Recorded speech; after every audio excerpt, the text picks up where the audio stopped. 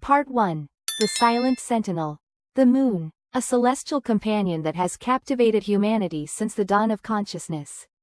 Its silvery glow has illuminated our nights, guided our tides, and inspired countless myths and legends. We've charted its craters, walked its dust-covered surface, and brought pieces of it back to Earth. We believe we know it. But what if everything we think we know about the moon is wrong? What if its very existence is a carefully constructed illusion, a monument to an intelligence far beyond our own? What if the moon isn't a natural satellite, but an artificial construct, placed in Earth's orbit by an ancient, vanished race? The idea seems fantastical, almost heretical in the face of established scientific understanding. Yet, a handful of anomalies, whispers of inconsistencies in the accepted lunar narrative, persist. They linger in the shadows of our scientific certainty, beckoning us to consider a possibility so profound, so paradigm-shifting, that it could rewrite the entire history of our planet, our solar system, and perhaps even our place in the universe. These anomalies, these whispers, are the starting point of our journey into the heart of this extraordinary question. What if the moon was artificial and built by an ancient race? Our understanding of the moon's formation is based on the giant impact hypothesis. This theory posits that a Mars-sized object, called Theia, collided with the early Earth, ejecting a massive amount of debris into orbit. This debris, over time, coalesced to form the moon. It's a compelling narrative, supported by computer simulations and geological evidence. Yet, it doesn't explain everything. The moon's composition, for instance, presents a persistent puzzle. The isotopic ratios of certain elements in lunar rocks are remarkably similar to those found on Earth, far more similar than we would expect if the moon were formed from a separate celestial body like Theia. If the moon were born from a collision with a distinct object, shouldn't its composition reflect that difference? The similarity suggests a shared origin, a connection more profound than a chance encounter. Then there's the matter of the moon's density. It's significantly lower than that of Earth, suggesting a hollow or partially hollow interior.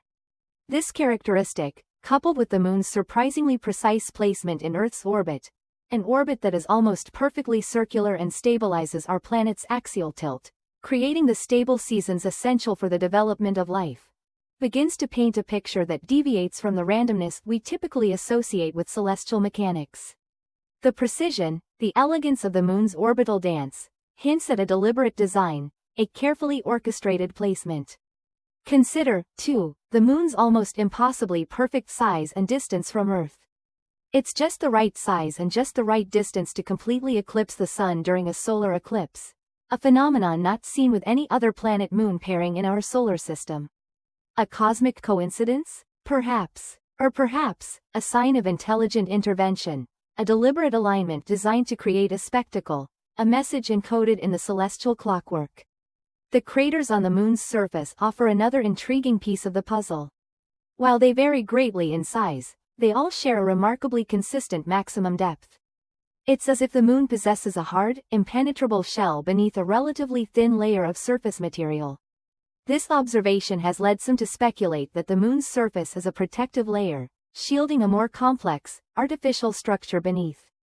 This metallic moon theory, while controversial, gains traction when we consider the unexpectedly resonant sound recorded by Apollo mission seismometers after lunar module ascent stages were intentionally crashed into the moon's surface.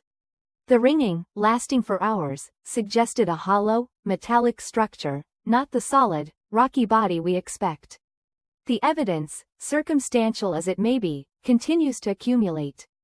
The moon's unusually low magnetic field, its titanium-rich surface composition, the mysterious transient lunar phenomena, fleeting flashes of light and changes in surface features, all contribute to the growing body of evidence that challenges the conventional narrative. These anomalies, these unanswered questions, are not easily dismissed.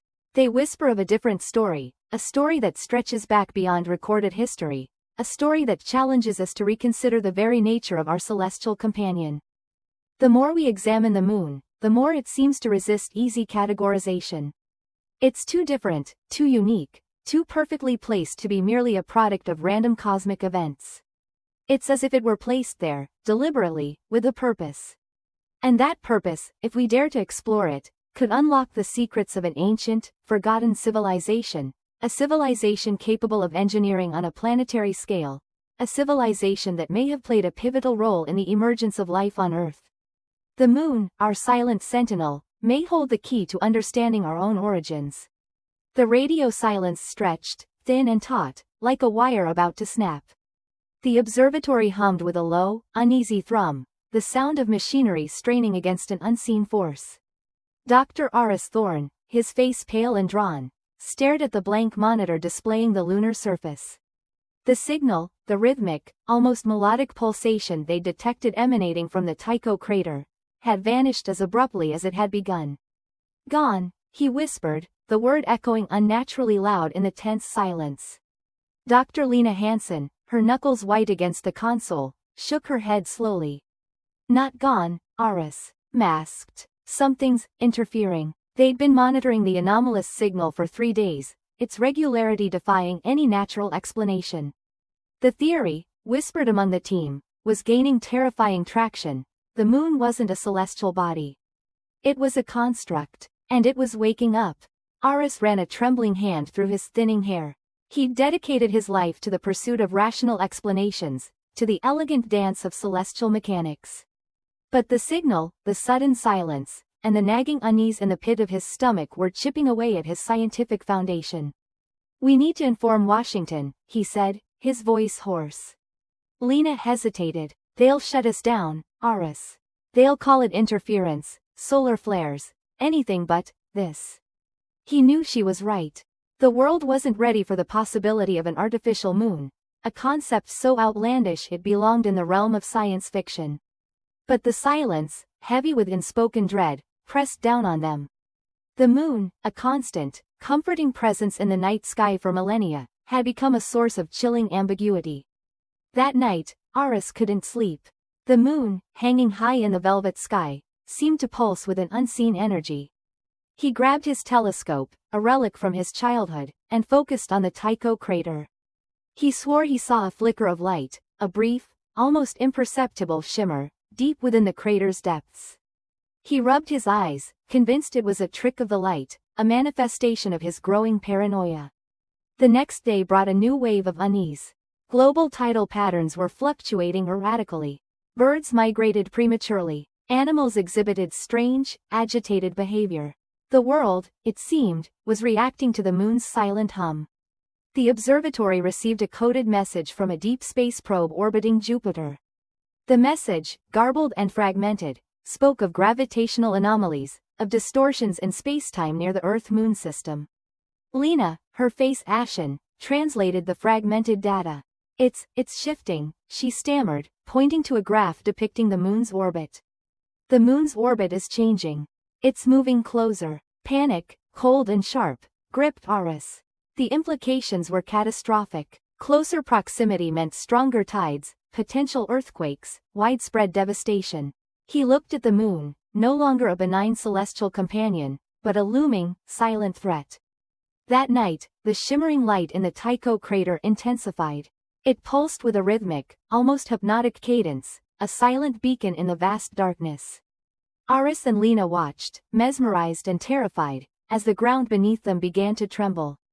A low, guttural hum filled the air, vibrating deep within their bones. The hum resonated with the rhythmic pulse from the crater, a symphony of dread echoing across the silent observatory. The monitors flickered wildly, displaying chaotic readings. The moon, now noticeably larger in the sky, cast long, distorted shadows across the landscape. Suddenly, the ground beneath the observatory buckled. Cracks spider-webbed across the concrete floor. The hum intensified, becoming a deafening roar. Lena screamed, clutching Aris's arm. He could feel the fear, raw and primal, emanating from her. Then, as quickly as it began, the tremor stopped. The hum faded, leaving a ringing silence in its wake. The moon, hanging impossibly close, bathed the landscape in an eerie, ethereal light. Aris and Lena stumbled out of the observatory, their legs shaky. They looked up at the moon, its surface now etched with intricate, glowing lines, like a circuit board coming to life. The Tycho crater pulsed with a brilliant, white light, a silent, unwavering gaze fixed upon the Earth. From within the crater, something began to emerge. Slowly, agonizingly, a colossal, obsidian-like structure rose from the depths, its surface shimmering with an otherworldly luminescence. It dwarfed the surrounding crater walls, its scale defying comprehension. It was a spire, impossibly tall, reaching towards the earth like a skeletal finger. And at its apex, a single, crimson eye opened, casting a baleful gaze upon the world below. The silent message was clear. The builders had returned. The radio silence stretched, a suffocating blanket over mission control. Every crackle of static, every hum of machinery, seemed amplified in the absence of Armstrong and Aldrin's voices. The chilling implications of Dr. Aris Thorne's theory, a theory once dismissed as lunacy, now hung heavy in the air, a tangible dread. The moon, our faithful celestial companion, wasn't a natural satellite. It was a construct, an artifact of a civilization beyond human comprehension. And our astronauts had just stumbled into its belly. Days bled into each other. The world held its breath. News channels cycled through grainy footage of the Apollo 11 launch, interspersed with increasingly frantic expert analyses. Theories, wild and speculative, sprouted like poisonous mushrooms. Alien abduction? A catastrophic equipment failure disguised as silence? Or was Thorne right? Had the moon swallowed them? Then, on the fifth day, a signal. Weak, fragmented, but undeniably from the lunar module. The control room erupted in a cacophony of relieved shouts and barked orders. But the relief was short-lived. The transmission wasn't voice communication. It was a series of rhythmic pulses, a complex, mathematical sequence utterly alien to anything human science had encountered. Thorne, his face a mask of grim fascination, worked tirelessly to decipher the signal. He recognized its structure, the underlying principles echoing the cryptic symbols he'd found etched on the Sumerian cylinder seals. This wasn't random noise, this was a language older than humanity itself. After 2 agonizing days, Thorne cracked a small portion of the code. The message, or at least the fragment he'd deciphered, sent a chill down his spine that radiated outwards, freezing the entire control room. It wasn't a greeting. It wasn't a distress call. It was a warning. Containment breach? Subject designated Alpha, approaching threshold? Thorne's voice was barely a whisper, choked with a fear he couldn't articulate. What does it mean, Doctor? The mission director's voice was sharp, demanding. Thorne looked up, his eyes hollow. I don't know, but I have a terrible feeling we're about to find out. Hours later, the moon began to change. Telescopes around the world focused on its surface, relaying images that defied explanation. A subtle shift in the lunar albedo, a darkening, spreading across the sea of tranquility like a bruise. Then, something more alarming. A section of the surface, near the Apollo 11 landing site, began to bulge outwards, subtly at first, then with increasing speed, as though something vast was pushing up from beneath the lunar crust. The rhythmic pulses from the lunar module intensified, becoming a frenetic drumbeat. Thorne, his face bathed in the flickering light of the control panel, frantically scribbled equations on a whiteboard, his hand trembling. It's a resonance frequency, he stammered, it's amplifying something. On the giant screens, the lunar surface continued to deform. The bulge had grown into a massive protuberance, stretching miles high, its apex glowing with an eerie, internal luminescence. The rhythmic pulses reached a crescendo, and the protuberance ruptured. What emerged wasn't rock or dust. It was flesh, a pulsating, organic mass, vast and monstrous, the color of congealed blood, erupted from the moon's surface. Telescopes struggled to focus on the grotesque spectacle, the images blurring and distorting as if the very act of observation was causing reality to fray. The rhythmic pulses from the lunar module ceased abruptly. Silence descended upon mission control, a silence broken only by the shallow breaths of terrified men and women.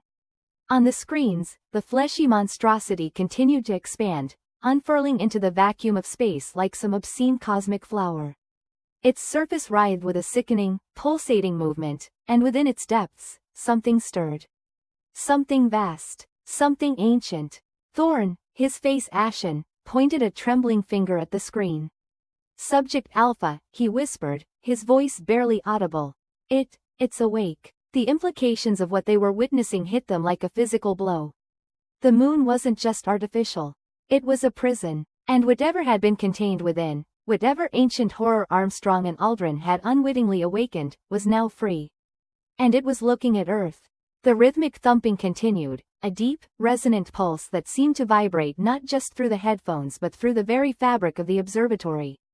Dr. Aris Thorne, his face pale and drawn, adjusted the dials on the ancient radio receiver, a relic from the Apollo missions, repurposed for this unholy task. He'd isolated the signal, amplified it, cleaned it, and now, it was undeniable. It wasn't natural, it wasn't terrestrial, it was coming from the moon.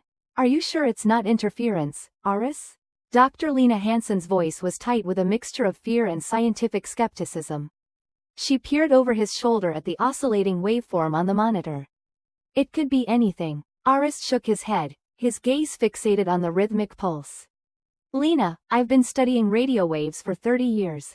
This isn't solar radiation. It's not a pulsar. It's structured, almost coded. He reached for a pen and began scribbling a series of dots and dashes on a notepad, transcribing the rhythmic pattern. Dot dot dot, dash, dot dot.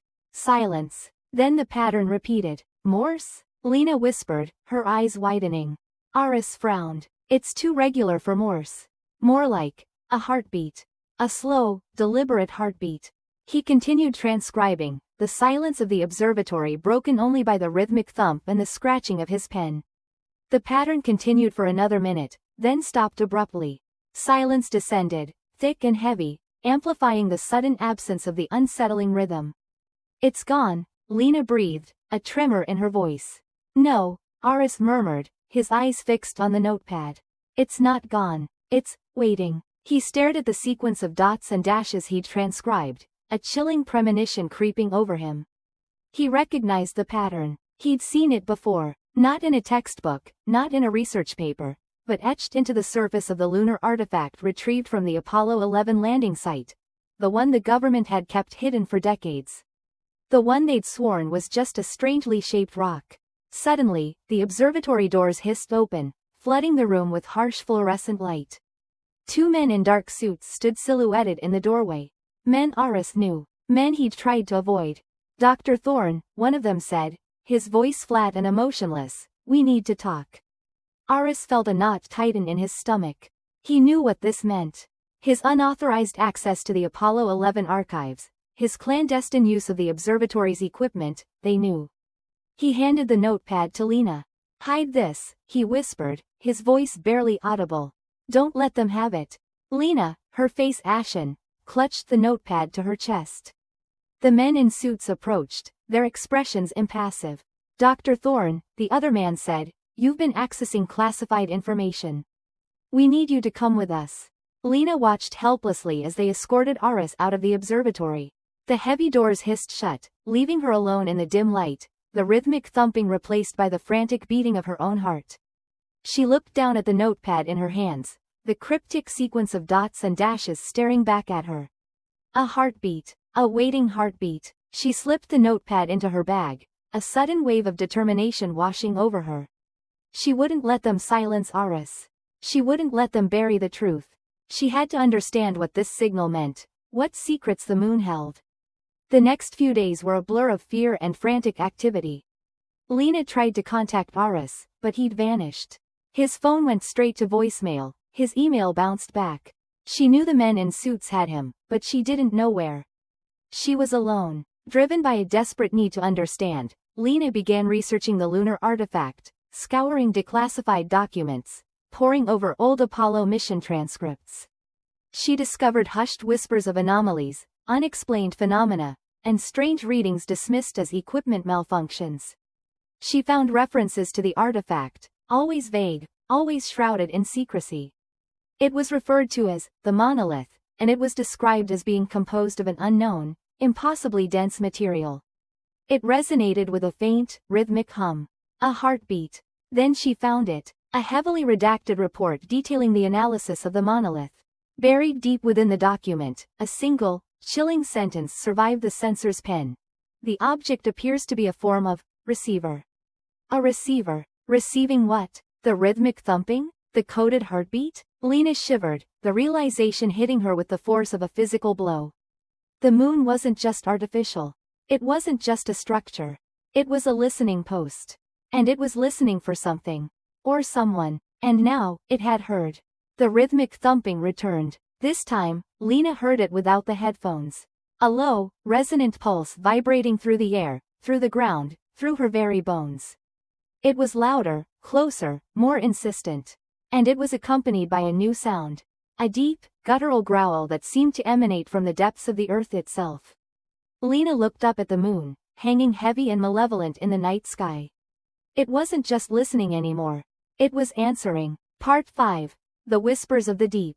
The rhythmic clicking continued, a maddening metronome counting down to some unknown horror. We huddled deeper into the lunar module, the thin metal walls feeling less like a haven and more like a flimsy cage. Outside, the swirling dust devils had subsided, replaced by an unsettling stillness that pressed against the windows like a physical force. The radio remained stubbornly silent, the static a mocking reminder of our isolation. It stopped, Lena whispered, her voice barely audible above the hum of the life support systems. I strained my ears, but she was right. The clicking had ceased. The silence that followed was even more oppressive. It was the silence of something holding its breath, waiting. Maybe it's gone, Michael offered, though the tremor in his voice betrayed his lack of conviction. I shook my head. I don't think so. This feels different. Different how? I couldn't articulate it, but a primal fear had taken root in my gut, a deep-seated unease that resonated with the unnatural quiet. It was as if the moon itself was holding its breath, waiting for us to make a mistake. We waited, tense and alert, for what felt like an eternity.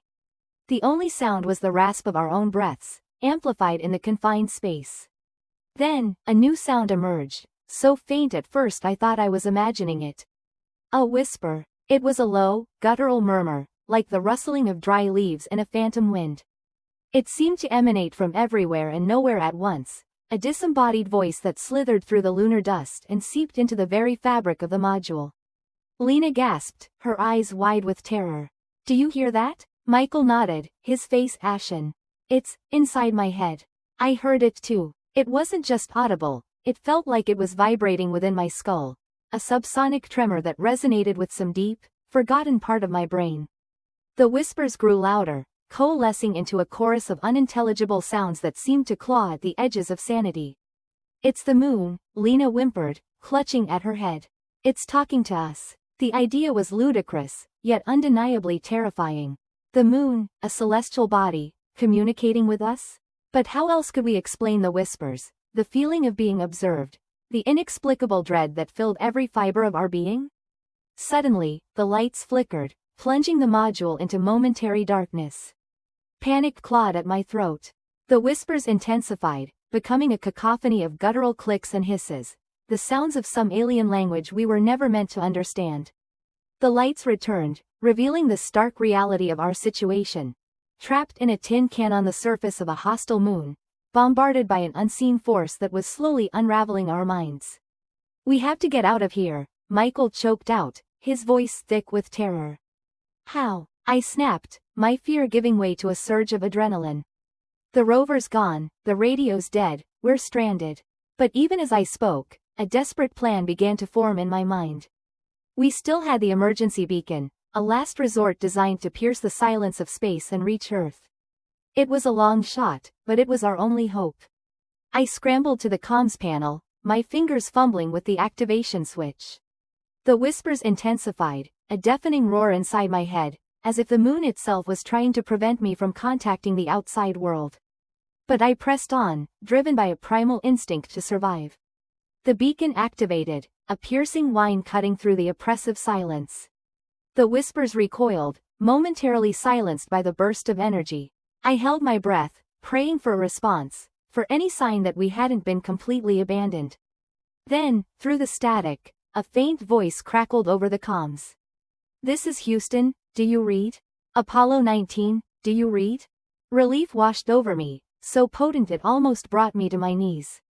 We weren't alone. Someone had heard us. Houston, this is Apollo 19. We read you. We're in trouble. We need immediate extraction. The voice on the other end crackled again, a mixture of static and concern. Apollo 19, what is your situation? We've lost visual and telemetry. Report. I took a deep breath, trying to compose myself. We've encountered anomalies. The moon, it's not what we thought it was. The whispers, they're everywhere. My voice trailed off, the words failing to capture the sheer terror of our experience. How could I explain the clicking, the whispers, the feeling of being watched by something ancient and malevolent? Apollo 19, we're not reading you clearly.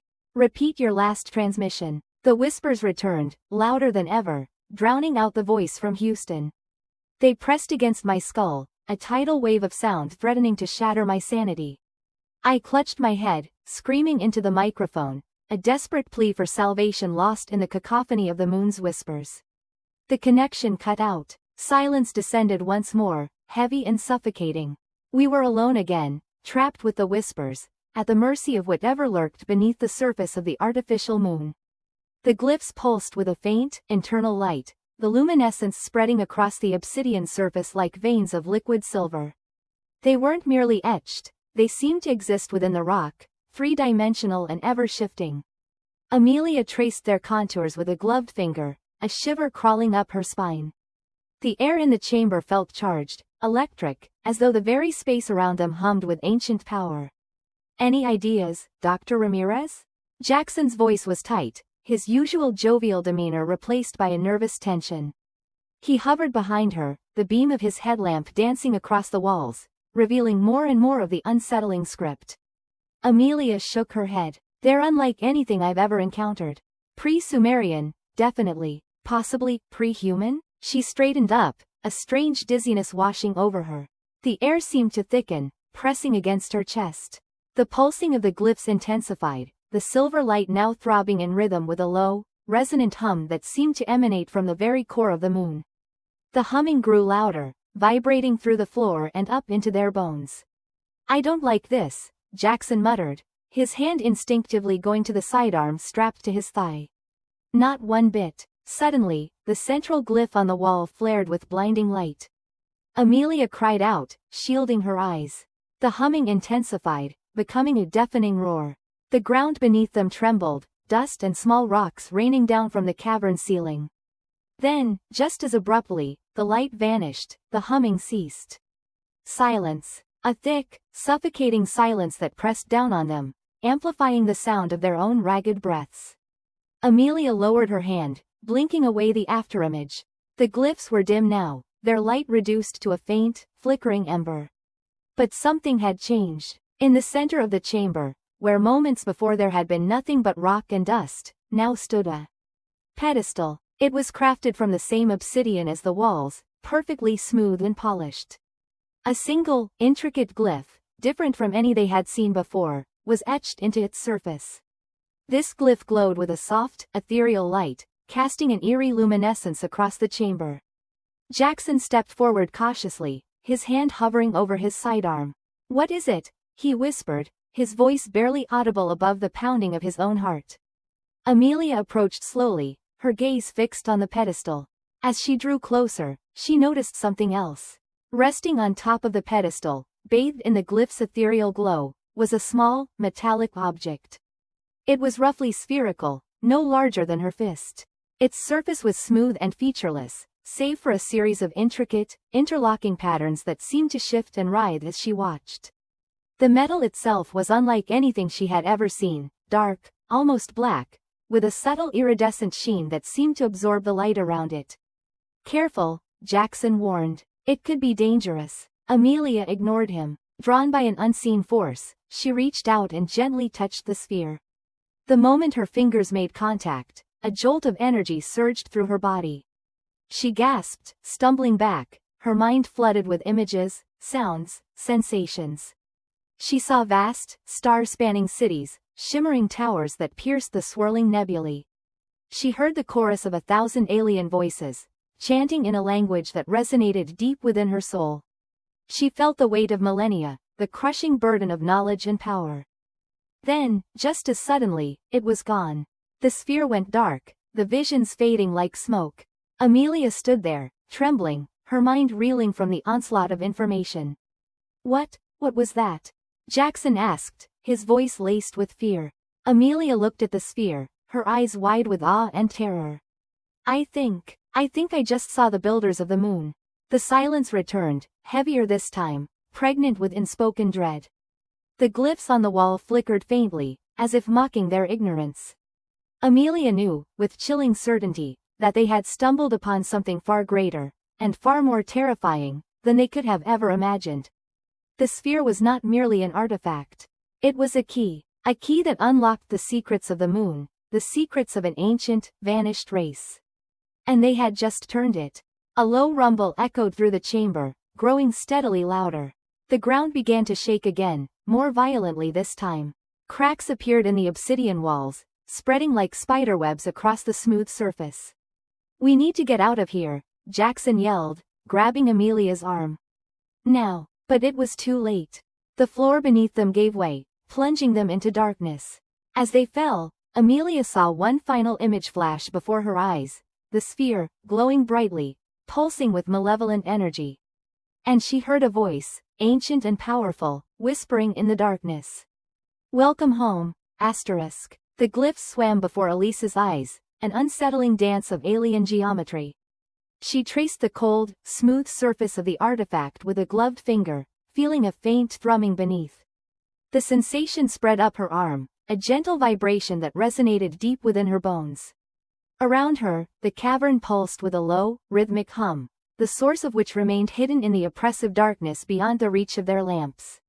"Anything?" Dr. Chen's voice was tight with a mixture of excitement and apprehension. He hovered close, his breath fogging in the frigid air. The portable heater they'd brought down was struggling to combat the chill that seemed to emanate from the very walls of the cavern. Elisa shook her head, the strange vibration intensifying. "The language is complex. It's like looking at music transcribed onto stone."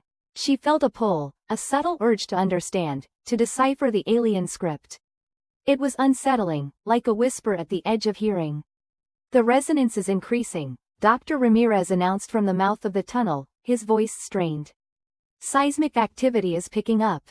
Minor tremors, but consistent." The hum grew louder, the vibrations stronger, and Elisa felt a prickle of fear crawl up her spine. The air itself seemed to thicken, charged with an unseen energy. She looked up at the curved, impossibly smooth ceiling of the cavern, a sense of claustrophobia gripping her chest. It was as if the moon itself was holding its breath. Suddenly, one of the glyphs on the artifact began to glow. A soft, ethereal light pulsed from its center, casting long, dancing shadows across the cavern walls. The hum intensified, becoming a deep, resonant drone. The ground trembled beneath their feet. "We need to get out of here," Dr. Chen said, his voice barely a whisper above the growing drone. Now, but it was too late. The glowing glyph intensified, bathing the cavern in an eerie, otherworldly light. The other glyphs began to resonate, joining the chorus of light and sound.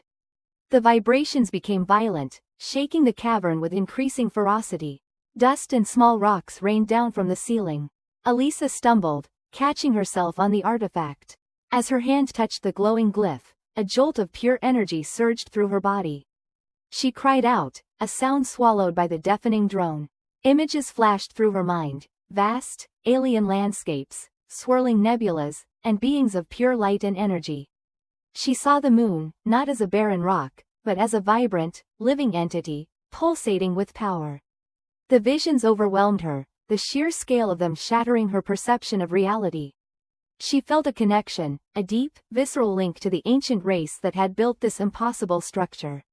She understood, in a way that transcended language, their purpose, their power, and their ultimate fate. The ground lurched violently, throwing her to the floor. The artifact slipped from her grasp, its light dimming as the cavern began to collapse. She heard the terrified shouts of her colleagues, their voices distorted by the cacophony of sound and the crumbling rock. Darkness closed in. When Elisa regained consciousness, she was lying on the cold, hard floor of the cavern, surrounded by dust and debris. The drone had subsided, leaving a ringing silence in its wake. The eerie glow was gone, replaced by the dim light of their headlamps, two of which had been extinguished in the collapse. Dr. Chen and Dr. Ramirez were huddled nearby, both injured but alive. They looked at her with a mixture of fear and awe. What happened?" Dr. Ramirez stammered, his voice trembling. Elisa sat up, her body aching, her mind reeling from the visions. She looked around the devastated cavern, at the shattered remains of the artifact, and then at the faces of her colleagues. She knew then that everything had changed. The moon, it's waking up, she whispered, her voice hoarse. And it remembers us. The aftershocks continued for days, rippling across the lunar surface. Communication with Earth was sporadic, hampered by the increasing interference emanating from the moon itself. The scientific community was in an uproar, desperate for answers, for an explanation to the unprecedented seismic activity. But Elisa knew the truth. The moon wasn't just waking up, it was becoming aware.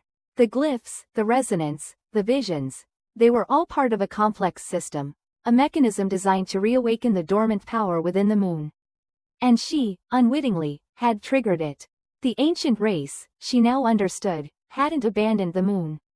They had merged with it, becoming one with its consciousness, waiting for the right moment to return. And that moment, it seemed, was fast approaching. The fear she felt was unlike anything she had ever experienced. It was a primal, instinctive dread, the kind that comes from facing an ancient, unknowable power. She looked up at the moon, a pale disk hanging in the black sky, and for the first time in her life, she didn't see a celestial body, but a watchful eye, waiting, watching, remembering. And in the depths of that vast, alien mind, a single thought echoed, "They are back." Asterisk. The rhythmic thudding continued, emanating from the heart of the moon, each pulse a sickening reminder of something vast and unknowable stirring within. It was a sound that bypassed the ears, resonating directly in the chest, a physical manifestation of dread. We had retreated further into the network of tunnels, the cold, metallic walls closing in, mimicking the growing pressure in our skulls. Dr. Aris, his face a mask of grim determination, insisted on pressing forward, driven by a morbid curiosity that bordered on suicidal. The epicenter, he muttered, eyes fixed on the readings from his modified seismograph, it's close. We're almost there. Elena, however, had reached her limit.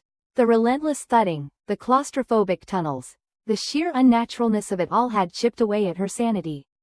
Her normally vibrant eyes were wide and unfocused, her breath coming in ragged gasps. "I can't," she whispered, her voice barely audible above the ominous throbbing. "I can't go any further. This place, it's wrong." Captain Eva gripped her shoulder, her own face etched with concern. "We're close, Elena. We need to see this through. We need to understand." But understanding, I realized with a growing sense of horror, might be more terrifying than ignorance. We pressed on, the tunnels growing wider, the walls smoother, as though we were approaching a central chamber. The thudding intensified, accompanied by a low, guttural hum that vibrated through the floor, making our teeth chatter. Then, we reached it. The chamber was colossal, dwarfing even the vast hangar we had discovered earlier. It was perfectly spherical, the smooth, metallic walls curving upwards into a dome that vanished into the artificial darkness. The air was thick with a metallic tang, and a strange luminescence emanated from the center of the chamber, casting long, distorted shadows. And there it was. In the center of the chamber, pulsating rhythmically like a gargantuan heart, was a sphere of pure, swirling energy. It was a kaleidoscope of colors, shifting and morphing, radiating an almost unbearable heat. The thudding we had been hearing emanated from this sphere, each pulse sending ripples of energy through the chamber, making the very air shimmer. What is that?" Elena stammered, her voice trembling. Dr. Aris, his eyes wide with a mixture of awe and terror, stepped forward, mesmerized. "It's the core," he whispered, his voice barely audible above the humming. "The power source of the moon. It's alive." As we watched, the sphere pulsed again, and a beam of pure energy shot out from its center, striking the dome above. The dome rippled, and for a fleeting moment, we saw something beyond. A vista of stars, unlike anything we had ever seen before, filled with constellations that were utterly alien. And within that alien sky, we saw it. A planet, not Earth, a different planet, larger, with 2 moons and a ring system. The beam retracted, and the image vanished, leaving us staring at the smooth, metallic dome once more. They weren't building a moon," I said, my voice shaking. "They were building A window. The implication hit us like a physical blow. The moon wasn't a base, or a weapon, or a prison. It was a looking glass, a portal, built by an ancient race to observe something. Or someone. Suddenly, the rhythmic thudding intensified, becoming a rapid, frantic beat. The sphere of energy pulsed faster, growing brighter, hotter. The humming escalated into a deafening roar. The metallic floor beneath our feet vibrated violently, and cracks began to appear in the smooth walls. It's activating, Dr. Aris stammered, his face pale with terror. We have to get out of here. But it was too late. Another beam of energy shot out from the sphere, this one wider, more powerful. It struck the dome, and this time, the image didn't vanish. The dome dissolved, revealing the alien sky in all its terrifying glory. And from that sky, something began to emerge. It was vast, impossibly large, its form shifting and swirling within the nebular clouds of the alien planet. It was like nothing we had ever seen before, a being of pure energy, radiating power and malevolence. Its form defied description, a chaotic blend of angles and curves, light and shadow. And as it drifted closer, growing larger with each passing moment, we heard a sound that chilled us to the bone. A whisper, a single word, uttered in a language that predated humanity, a language that resonated within the deepest, darkest recesses of our minds. Awake, the ground beneath us gave way, and we plunged into darkness. What if the moon was artificial and built by an ancient race?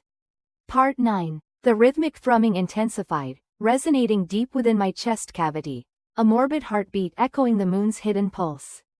We were deeper now, the artificial cavern stretching before us like a metallic maw.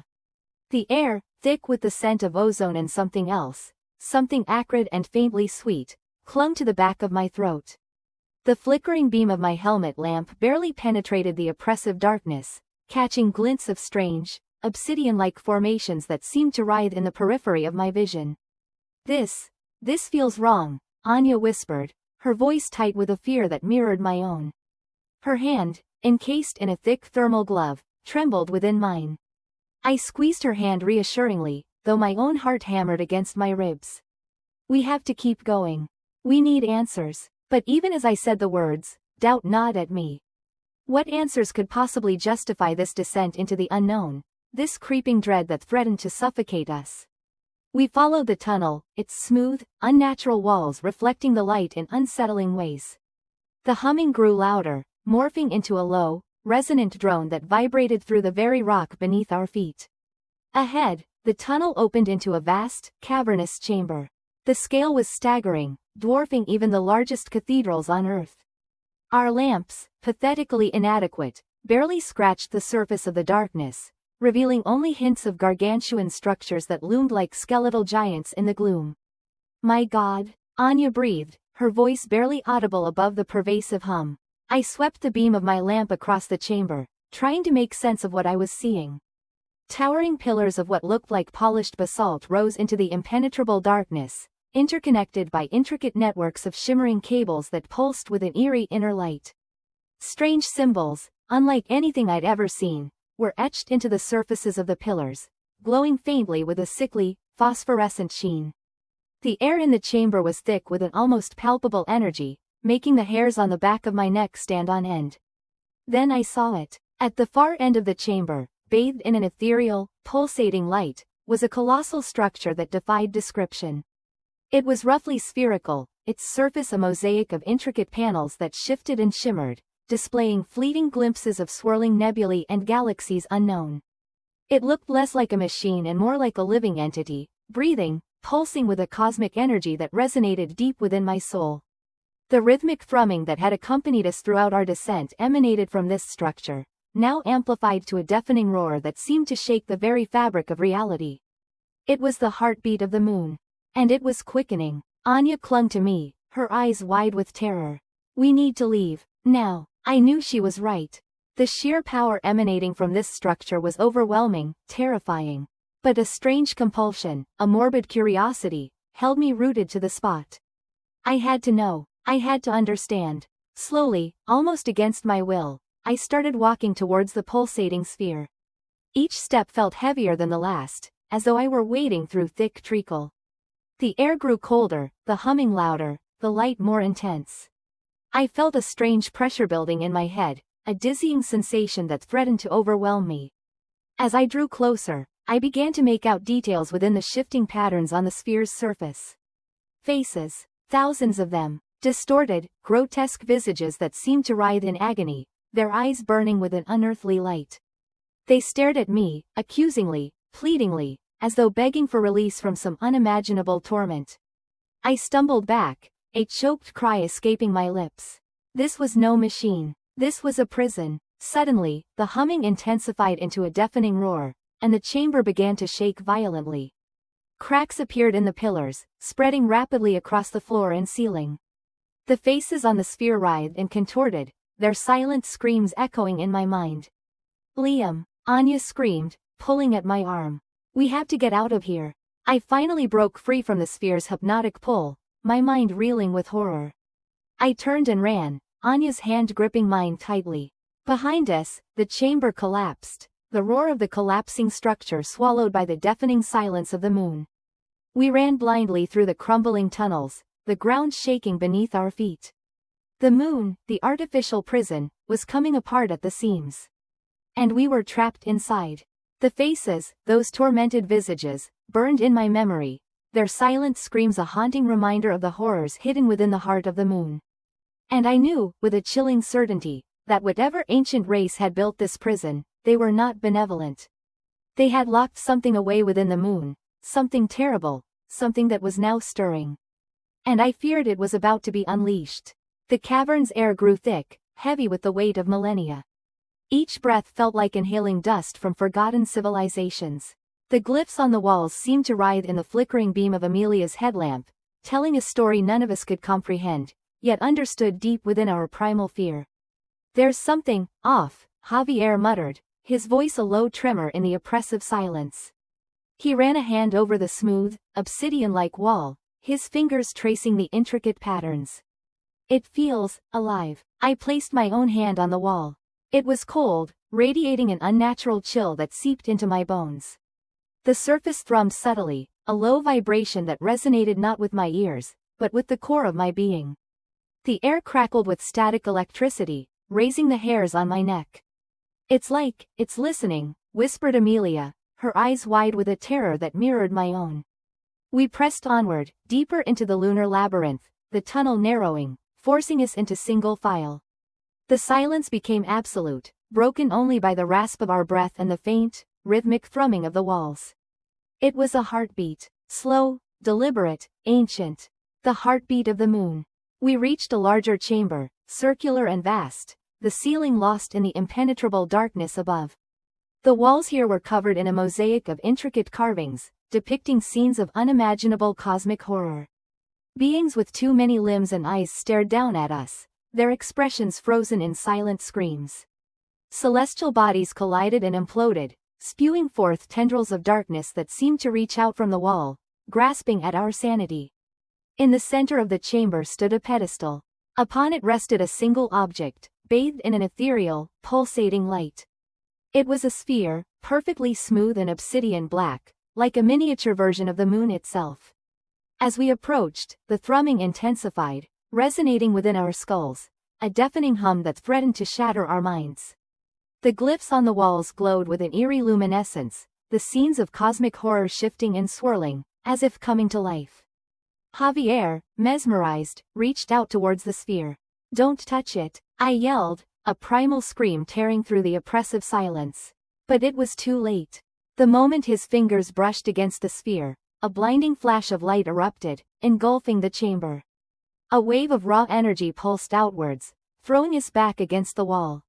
I slammed against the hard surface, the air knocked from my lungs, my vision swimming in a sea of white. When I could finally see again, Javier was gone. The sphere on the pedestal pulsed rhythmically, its light now a sickly green. The glyphs on the walls writhed and pulsed, their silent screams echoing in the sudden, chilling emptiness. Amelia lay slumped against the wall, her eyes glazed over, a thin trickle of blood running from her nose. "Javier?" I croaked, my voice barely a whisper. Silence. Terror, cold and sharp, pierced through my numbness. I scrambled to my feet, my legs trembling, and rushed to Amelia. I shook her gently, calling her name, but she remained unresponsive. She was alive, but distant. Lost. The sphere pulsed again, its green light bathing the chamber in an unnatural glow.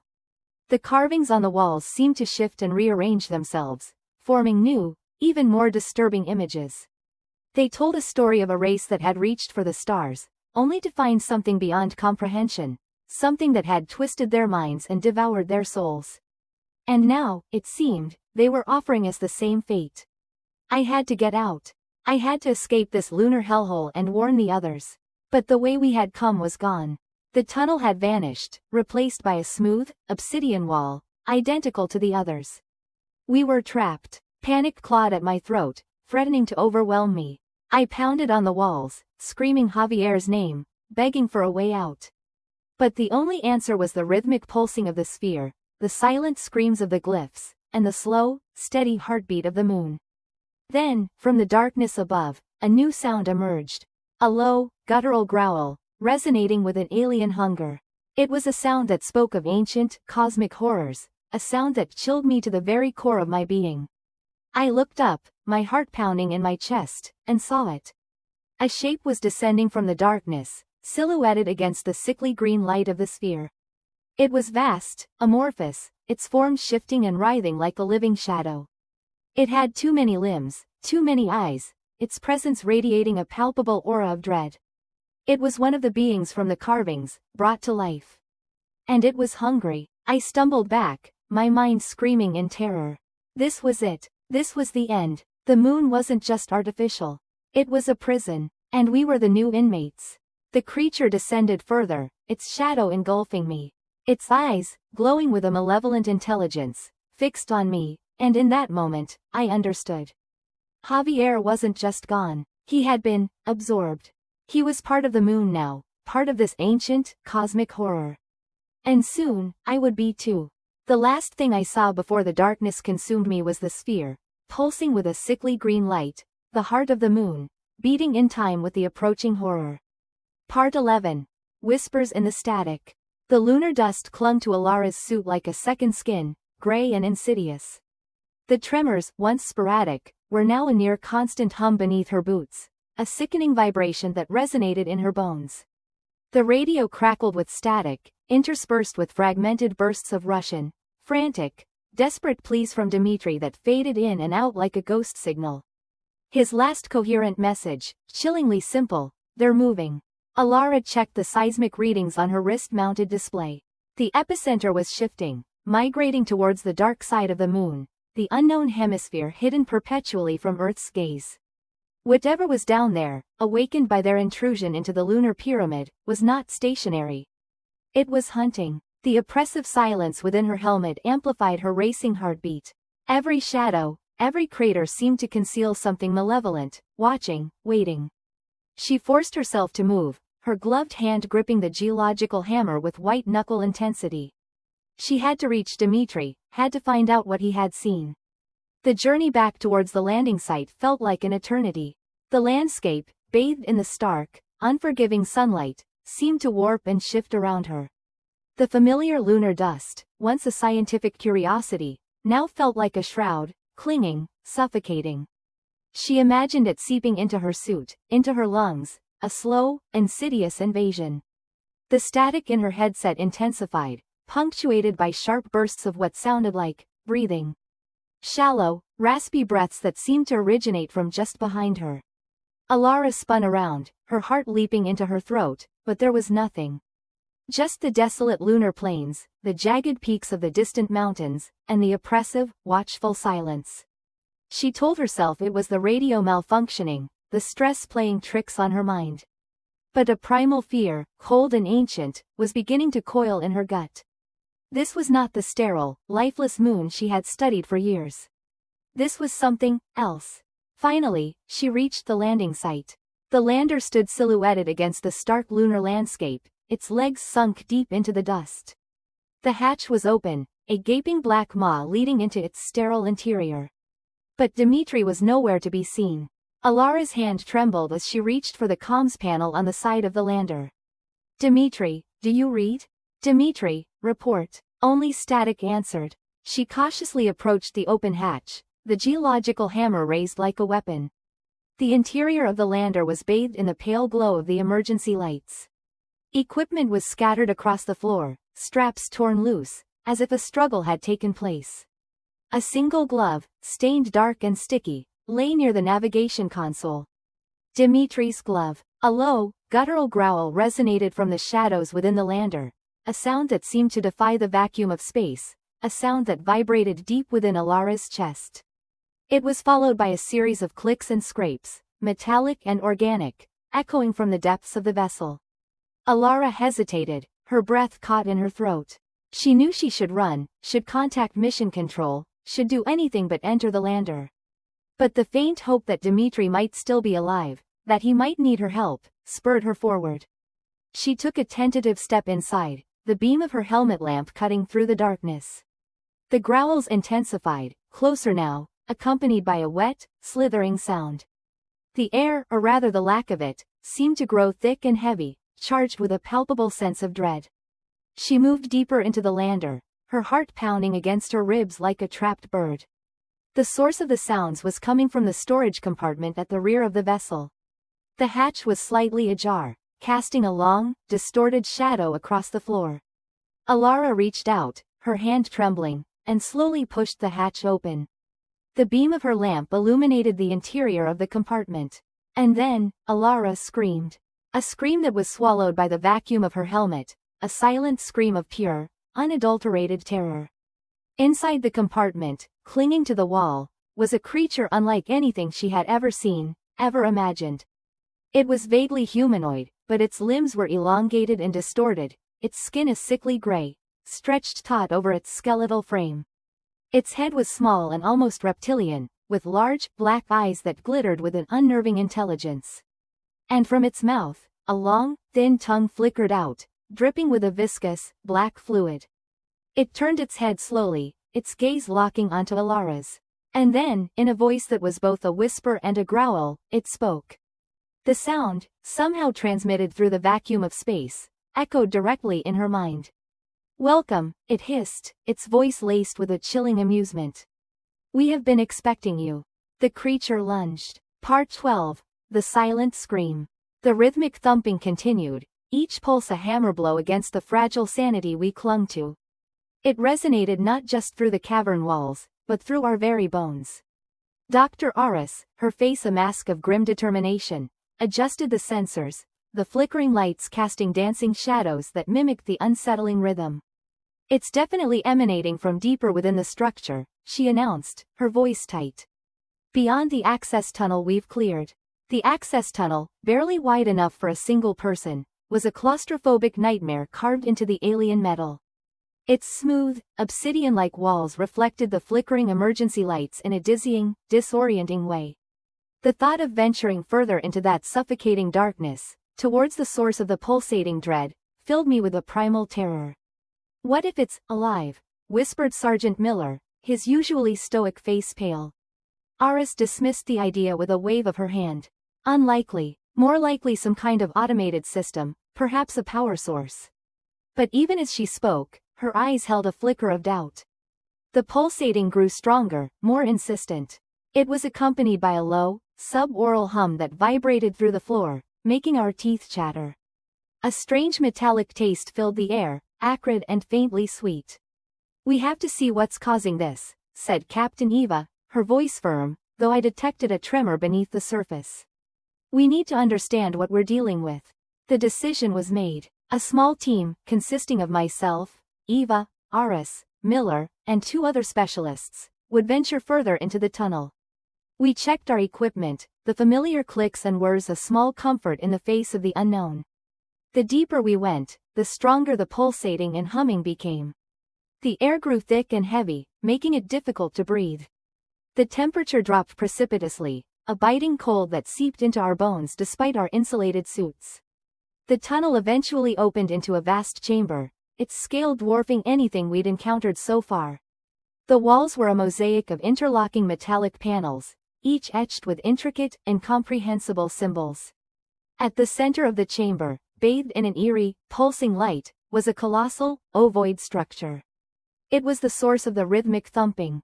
The ovoid pulsed with a life of its own, expanding and contracting in time with the rhythmic beat. The light it emitted shifted and swirled, casting kaleidoscopic patterns across the chamber walls. The metallic taste in the air was overpowering here, thick and cloying. "What is that?" breathed Aris, her voice hushed with awe and fear. As we approached, the ovoid pulsed faster, the light growing brighter, more intense. The hum intensified, transforming into a low, guttural growl that resonated deep within our chests. The symbols on the walls began to glow, their light pulsating in sync with the ovoid. Suddenly, Miller screamed. A silent scream, his mouth open in a rictus of terror, but no sound escaping. He clutched at his helmet, his eyes wide with unseeing horror. He collapsed to the floor, convulsing. The others followed in rapid succession, each gripped by the same silent agony. One by one, they fell, their bodies writhing on the cold metal floor. I felt it then, a searing pain behind my eyes, a pressure building inside my skull as if my brain were about to explode. The metallic taste turned bitter, choking. I stumbled back, clutching at my helmet, trying to claw it off, desperate for relief from the unbearable pressure. Through the haze of pain, I saw Eva, still standing, her face a mask of grim determination. She reached out to me, her hand outstretched. "Don't look at it," she gasped, her voice strained. "It's in your mind?" But it was too late. The pulsating light engulfed me, the guttural growl filled my ears, and the silent scream tore through my soul. I saw things, flickering images, flashes of alien landscapes, grotesque creatures, and swirling cosmic vistas. I felt emotions, a crushing sense of loneliness, an ancient despair, a cosmic horror that transcended human comprehension. Then, darkness. The last thing I remember, before the darkness claimed me, was Eva's scream. A real scream, filled with terror and pain, echoing through the vast, alien chamber. A scream that promised a fate worse than silence. The glyphs shimmered, a subtle pulsation of emerald light against the obsidian wall. Elena traced them with a trembling finger, the cold stone biting into her skin. Around her, the cavern hummed, a low, resonant thrum that vibrated deep within her bones. It felt wrong, unnatural, like the heartbeat of something long dead, yet still animated by a sinister energy. This is it," Daniel whispered, his voice tight with a mixture of awe and fear. He held the flickering lantern aloft, casting dancing shadows that twisted the already bizarre shapes of the cavern walls into grotesque parodies. Elena nodded, unable to speak. The glyphs, now fully revealed by the removal of the rock face, told a story. A horrific story. It depicted the ancient race, tall and slender, their features alien and unsettling, performing rituals around a massive, pulsating sphere. The sphere, Elena realized with a chilling certainty, was the moon's core. The glyphs further depicted the insertion of this core into the hollow shell of the moon, the process looking eerily like a parasitic invasion. Then came the chilling part. Images of planets shattering, of civilizations crumbling into dust, all under the watchful gaze of the newly created moon. They weaponized it, Elena finally managed, her voice barely a croak. They made the moon into a weapon. Daniel shuddered. But why? The answer, when it came, wasn't from the glyphs. It was from the humming. It intensified, morphing into a low, rhythmic pulsing that seemed to emanate from the very core of the moon itself. The ground trembled beneath their feet, and dust rained down from the cavern ceiling. "We need to get out of here," Elena said, her voice edged with panic. They turned to flee, but the passage they had entered through was gone. In its place was a smooth, obsidian wall, identical to the others. They were trapped. The pulsing grew stronger, the cavern shaking violently now. Cracks spider-webbed across the obsidian walls, glowing with an eerie green light. Elena pressed her hands against the wall, feeling the vibrations coursing through her body. The humming was no longer just a sound, it was a feeling, a presence. It was inside her, invading her mind, whispering promises of power and destruction. Daniel slumped to his knees, his eyes wide with terror. He began to mumble incoherently, his words twisting into a strange, guttural language that Elena had never heard before. "Daniel," she cried, reaching for him. But as she touched him, a jolt of raw energy surged through her body, throwing her back against the wall. Daniel rose to his feet, his eyes glowing with the same emerald light as the glyphs. His face was contorted in a rictus of pain, yet his voice, when he spoke, was calm, almost soothing. "It begins," he said, the words resonating with an unnatural power. "The cleansing, the rebirth." Elena scrambled back, her mind reeling. The humming, the glyphs, Daniel's transformation, it all pointed to a single, terrifying conclusion. The moon wasn't just a weapon, it was a trigger. And it was about to be activated. The cavern walls began to dissolve, revealing the vast, empty space beyond. It wasn't the rock and dust Elena had expected, but a swirling vortex of green energy, pulsing and writhing like a living thing. The same energy that now flowed through Daniel. He turned towards her, his eyes burning with an unholy light. "Join us," he said, his voice echoing through the cavern. "Embrace the power. Become one with the cleansing." Elena shook her head, tears streaming down her face. "Daniel, it's me. It's Elena. Fight it." But Daniel just smiled, a chilling, empty smile that sent shivers down her spine. "There is no Daniel," he said. "There is only the will of the creators. And you will serve." He reached out towards her, his hand glowing with an emerald light. Elena knew that if he touched her, she would be lost. She closed her eyes, bracing herself for the inevitable. But the touch never came. Instead, she heard a deafening roar, followed by a blinding flash of light. She opened her eyes to see a figure standing between her and Daniel. It was tall and imposing, clad in shimmering, silver armor. In its hand, it held a weapon that pulsed with a blinding white light. The figure raised the weapon and fired a beam of pure energy towards Daniel. He screamed, a sound filled with anguish and rage, as the energy enveloped him. The emerald light that had consumed him flickered and died, replaced by the soft, white glow of the weapon. Daniel collapsed to the ground, unconscious. Elena stared in disbelief at her rescuer. Who were they? And how did they know where to find her? The figure turned towards her, its face hidden by the shadowed helmet. But Elena could feel its gaze upon her, a gaze filled with an ancient wisdom and an unshakable resolve. "The cycle begins anew," the figure said, its voice a resonant echo within the cavern. "And you, child of Earth, are the key." The glyphs pulsed with a sickly green light, illuminating Amelia's horrified face. The translation, painstakingly pieced together by Dr. Singh, hung in the air like a toxic gas. "The shell cracks, the heart awakens." He looked up from his notes, his eyes wide and bloodshot. It's a warning."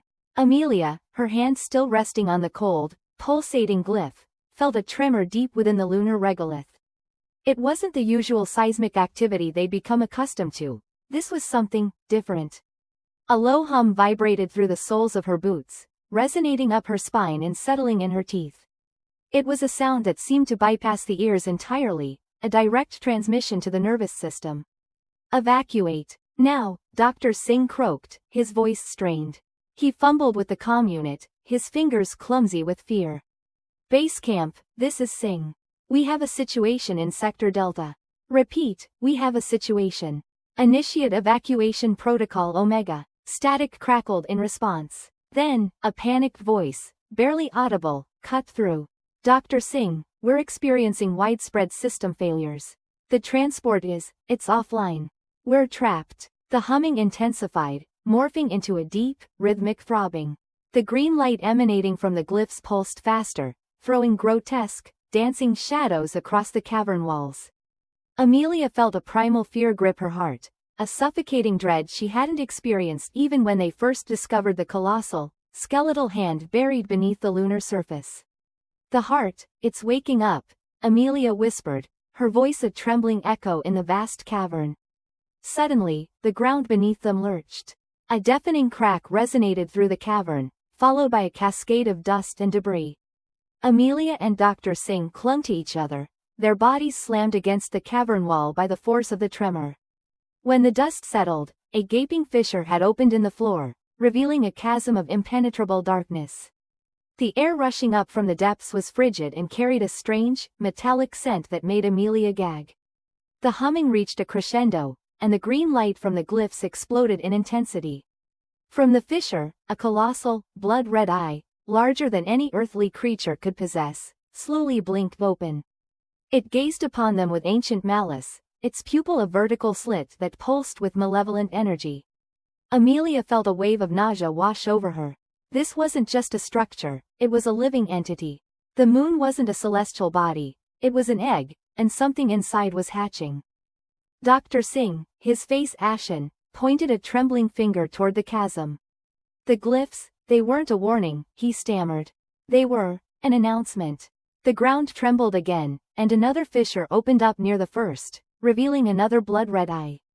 Then another, and another, until the entire floor of the cavern was a network of cracks, each revealing a pulsating, malevolent eye. The humming transformed into a deafening roar, and the cavern walls began to crumble around them. Amelia knew this was the end. Trapped beneath the surface of a living moon, facing an entity of unimaginable age and power, there was nowhere to run, nowhere to hide.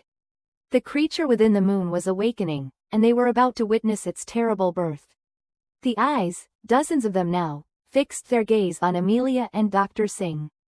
The air crackled with an unseen energy, and Amelia felt a searing pain behind her eyes. She screamed, clutching her head, as images, alien and terrifying, flooded her mind. She saw colossal, insectoid creatures traversing a desolate, alien landscape. She saw planets consumed by fiery energy, stars collapsing in on themselves. She saw the construction of the moon itself, a colossal undertaking by these ancient beings, a prison built to contain something. Then, the images shifted, showing a different scene. She saw Earth, vibrant and teeming with life. She saw humans, unaware of the monstrous entity lurking just beyond their atmosphere.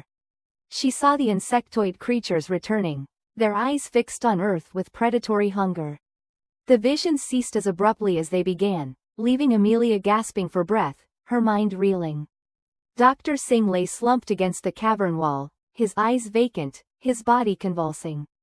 He was dead, his mind overwhelmed by the sheer alienness of the entity's thoughts.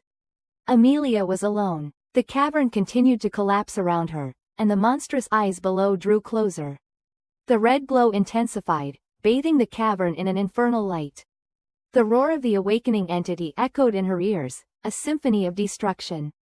As the final section of the cavern roof crumbled, Amelia closed her eyes, accepting her fate. She had glimpsed the truth, a truth too terrible to bear. The moon wasn't a silent guardian, it was a ticking time bomb. And humanity, blissfully unaware, was about to pay the price. The last thing Amelia heard, before the darkness consumed her, was the sickening crack of the moon's shell, finally giving way to the horror within. The echoing clang of the hatch ceiling behind us reverberated through the cramped lunar module. We were alone again, cut off from Earth, the churning anxiety in my gut a stark contrast to the sterile calm of our metal cocoon. Dr. Aris scanned the readouts, his face a mask of grim concentration. "The signal," he said, his voice tight, "it's stronger here. Much stronger." We were deeper within the structure than ever before, having navigated a labyrinthine network of tunnels bathed in the same unsettling, pulsating luminescence. The walls, smooth and obsidian-like, seemed to absorb the light, making the already claustrophobic space feel infinitely smaller. The echoing silence, punctuated only by the hum of our life support systems, pressed in on us, heavy and suffocating. The alien symbols we'd encountered earlier, the ones that seemed to shift and writhe when observed directly, were becoming more frequent. Larger, too, they now adorned entire sections of the walls, intricate patterns that seemed to vibrate with some unseen energy. I found myself averting my gaze, an instinctive reaction to something inherently unsettling. "I'm picking up fluctuations in the gravitational field," Dr. Aris announced, his voice strained. He pointed to a section of the wall where the symbols were particularly dense. "The source seems to be behind there." A sense of dread, cold and visceral, washed over me. We were on the verge of a discovery, I knew it, a discovery that could rewrite human history. But a primal part of my brain screamed at me to turn back, to flee this place and never look back. We used a portable laser cutter to breach the wall. The obsidian material yielded surprisingly easily, revealing a passage beyond. The pulsating luminescence within was brighter here, casting long, dancing shadows. As we stepped inside, a low, resonant hum filled the air, vibrating through the floor and up into our bones. This chamber was unlike anything we had seen before. It was vast, circular, and dominated by a colossal, crystalline structure that rose from the center of the room. The crystal, a deep, ethereal blue, pulsed with a soft, internal light, casting an otherworldly glow across the chamber. The walls were covered in the alien symbols, now swirling and shifting with a dizzying intensity. What is it? I whispered, my voice barely audible above the humming. Dr. Aris, his eyes wide with a mixture of awe and fear, approached the crystalline structure cautiously. He reached out a trembling hand and touched its surface. The moment his fingers made contact, the humming intensified, resonating through the chamber with a force that made my teeth ache. The symbols on the walls flared with a blinding light, and a voice, ancient and resonant, filled the air. It wasn't a language we understood, not in the traditional sense. It was more of a feeling, a torrent of emotions flooding our minds. Despair, longing, regret, and something else, something colder, darker, that sent a shiver down my spine. Dr. Aris stumbled back, his face ashen. It's a message, he stammered. A warning. The voice continued, the intensity of the emotions increasing, becoming almost unbearable. Images began to flash through my mind, chaotic and disjointed. A vast, sprawling civilization, reaching across the stars. A cataclysmic event, a blinding flash of light that consumed everything. A desperate exodus, a frantic search for a new home. Then, silence. The humming ceased, the symbols on the walls dimmed, and the crystalline structure pulsed once more.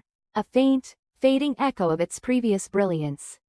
Dr. Aris slumped against the wall, his breath ragged. They created the moon, he whispered, his voice hoarse. A giant ark, to preserve their consciousness, their memories. He looked at me, his eyes filled with a profound sadness. But it wasn't enough. The cataclysm, it followed them. It's inside them, inside the moon. He pointed a trembling finger at the crystalline structure. That's not a power source. It's a prison, containing something. A new sound reached our ears, a low, guttural growl, emanating from deep within the structure. The crystalline surface began to crack, spiderwebs of light spreading across its surface. The horror of the situation finally slammed into me with full force. The moon wasn't an ark. It was a cage, and whatever was trapped inside was about to break free. We had awakened something ancient and malevolent. Something that had been dormant for eons, waiting for its chance to escape. And now, thanks to us, it was waking up. The growl intensified, morphing into a high-pitched shriek that pierced our eardrums. The floor began to tremble, and dust rained down from the ceiling. We were trapped, miles beneath the surface of the moon, with a being of unimaginable power stirring within its crystalline prison. And I knew, with a sickening certainty, that we were about to witness the end of everything. Part 16. The Silent Scream. The glyphs, now bathed in the eerie glow of Alara's emergency lamps, seemed to writhe. Not physically, but in the way they imprinted themselves on Amelia's mind. Each symbol, a barbed hook snagging on the edges of her sanity. Daniel, pale and sweating, clutched the deactivated sphere, his knuckles white. His breaths came in ragged gasps, echoing in the oppressive stillness of the chamber. They're changing, he whispered, his voice raw. The symbols, I swear they weren't like this before. Amelia, her heart hammering against her ribs, leaned closer. He was right. Subtle shifts in the lines, almost imperceptible, but enough to alter the overall impression. The sense of warning, previously stark and terrifying, was now laced with something pleading. A low hum resonated through the chamber, so deep it felt more like a vibration against their bones than a sound. The air crackled with an unseen energy, making the fine hairs on Amelia's arms stand on end. The glyphs pulsed with a dim, internal light, and the pleading sensation intensified, becoming a silent scream that echoed not in their ears, but in their minds. We need to get out of here, Daniel said, his voice strained. He fumbled with the sphere, trying to reactivate it, but it remained stubbornly dark. Amelia nodded, her throat tight. She swept her lamp across the chamber, searching for another exit. The smooth, obsidian walls offered no purchase, no doorway, no hint of escape. They were trapped. The humming intensified, accompanied by a rhythmic clicking that seemed to emanate from the walls themselves. Amelia pressed her ear against the cool, smooth surface. The clicking grew louder, faster, a maddening counterpoint to the low hum. "It's like a heartbeat," Daniel murmured, his eyes wide with fear. A sudden, sharp crack echoed through the chamber, followed by another, and another. Hairline fractures appeared on the obsidian walls, spreading like a spiderweb across the surface. The humming reached a crescendo, and the air thrummed with an unbearable tension. Amelia felt a prickling sensation on her skin, a feeling of being watched, scrutinized. She turned, her lamp beam cutting through the darkness, but there was nothing there.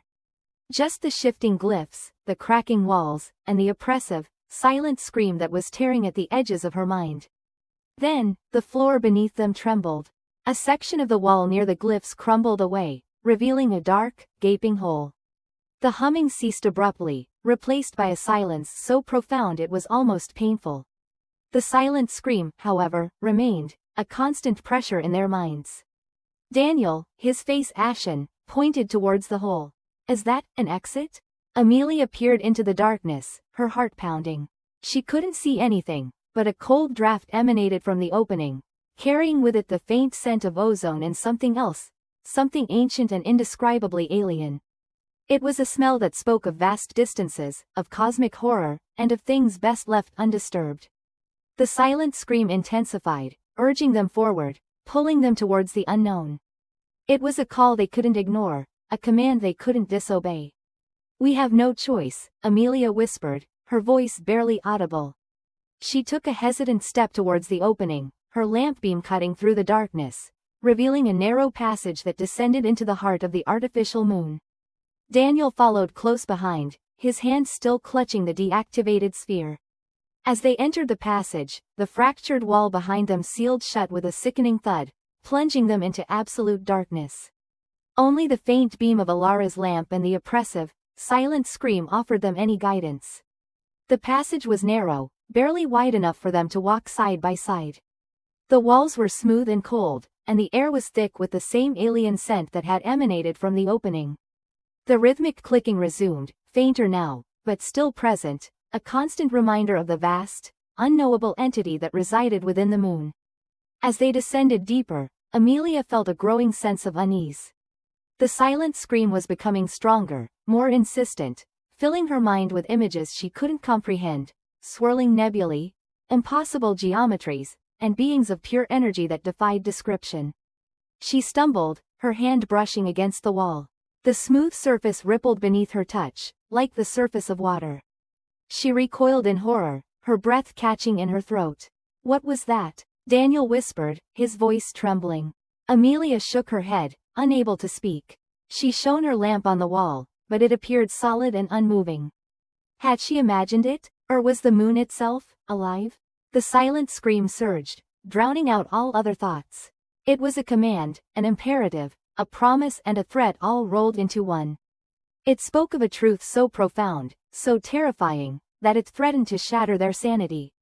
And it was leading them deeper, ever deeper, into the heart of the moon's terrible secret. The glyphs pulsed with a cold, internal light, bathing the cavern in a sickening, ethereal glow. Dr. Aris Thorne traced a shaking finger over their intricate patterns. He felt a resonance, a vibration, not physical but somehow deeper, a humming within his own bones. He recognized the patterns, the same looping, fractal designs etched onto the obsidian shard he'd found clinging to Amelia's spacesuit, the shard that had cost her her sanity. Amelia, who now sat huddled in the corner of the lunar module, muttering in a language none of them understood, a language that chilled Thorne to his core. It's changing," whispered Lieutenant Commander Vasquez, his eyes wide with a primal fear that mirrored Thorne's own. The glyphs weren't just glowing, they were shifting, rearranging themselves like living things. The cave walls seemed to breathe, the intricate carvings flowing and morphing into new configurations, telling a story that Thorne desperately wanted to comprehend, yet simultaneously dreaded understanding. The shard in his pocket burned against his thigh, almost unbearable now. He pulled it out, its obsidian surface reflecting the shifting glyphs, amplifying their unsettling dance. As he watched, a single drop of blood welled from the tip of his finger and smeared across the shard's surface. The glyphs on the shard pulsed brighter, resonating with the carvings on the cave wall. A wave of nausea swept over him. A low hum, barely audible at first, began to permeate the cavern. It resonated with the humming in his bones, building in intensity, a deep, visceral vibration that shook the very foundations of the moon. The air crackled with an unseen energy. Amelia's chanting grew louder, more frantic, her voice intertwining with the growing hum, creating a cacophony of unsettling sound.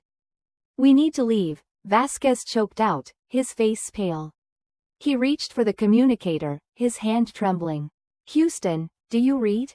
We need immediate extraction. Repeat, immediate extraction. Static, only static." The humming intensified, morphing into a rhythmic pulse, a heartbeat that echoed from the depths of the moon itself.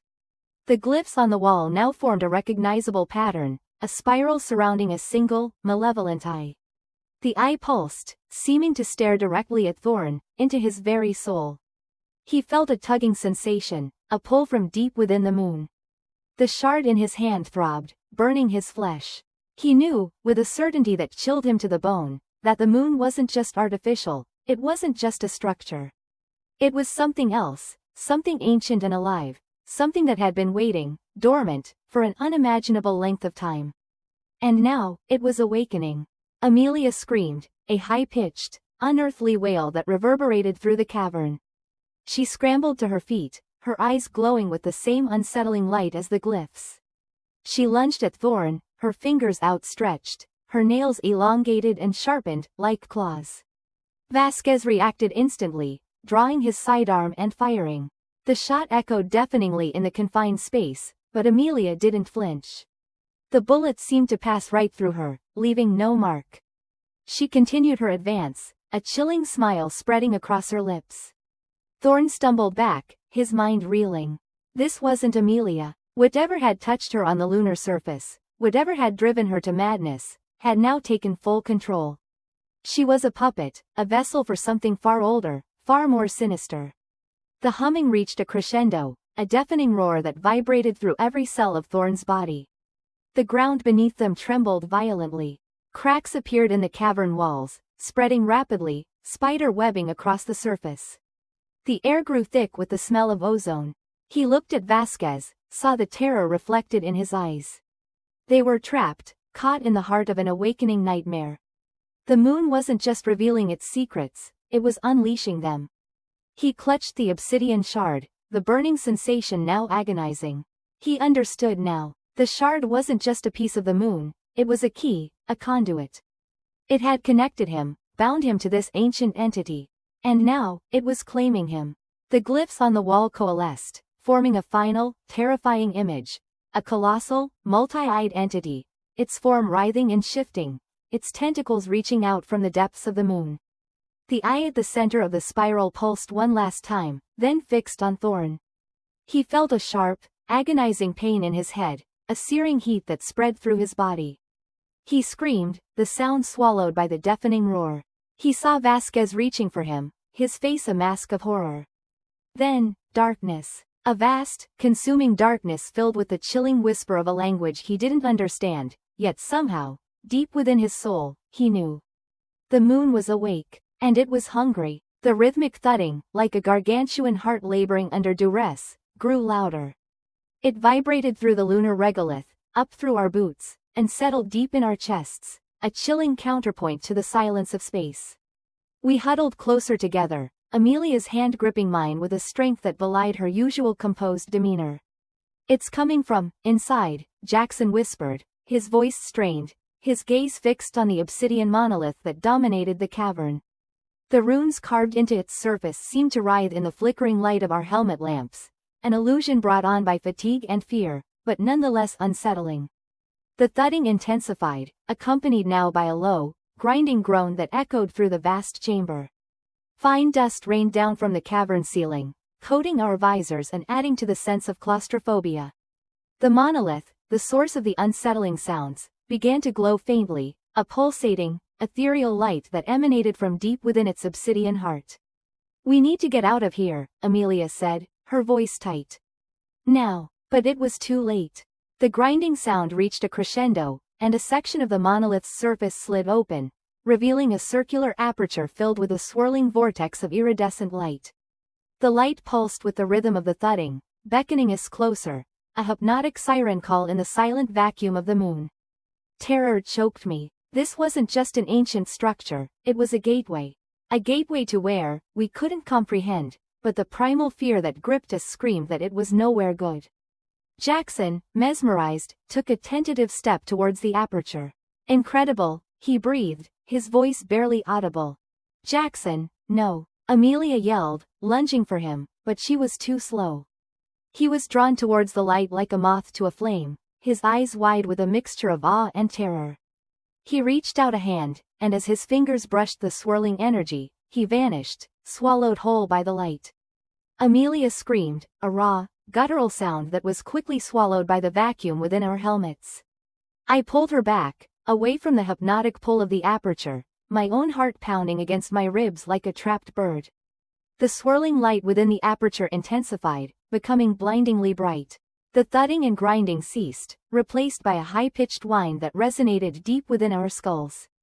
The ground beneath our feet vibrated violently, and fissures began to appear in the cavern walls. The moon, it seemed, was waking up. "We have to go," I shouted, pulling Amelia towards the tunnel we'd entered through. The cavern was collapsing around us, chunks of rock falling from the ceiling, the ground shaking with increasing ferocity. We stumbled through the darkness, the only light coming from our helmet lamps, the terrifying whine echoing in our ears. We reached the tunnel entrance just as the cavern behind us imploded, the resulting shockwave throwing us forward onto the lunar surface. We lay there for a moment, stunned, the dust settling around us.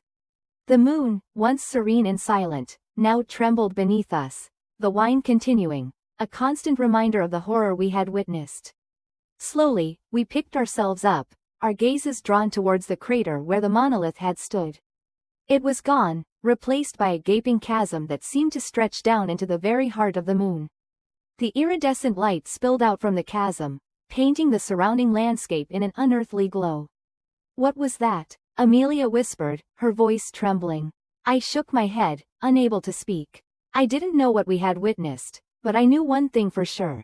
The moon wasn't just artificial, it was alive. And it was waking up.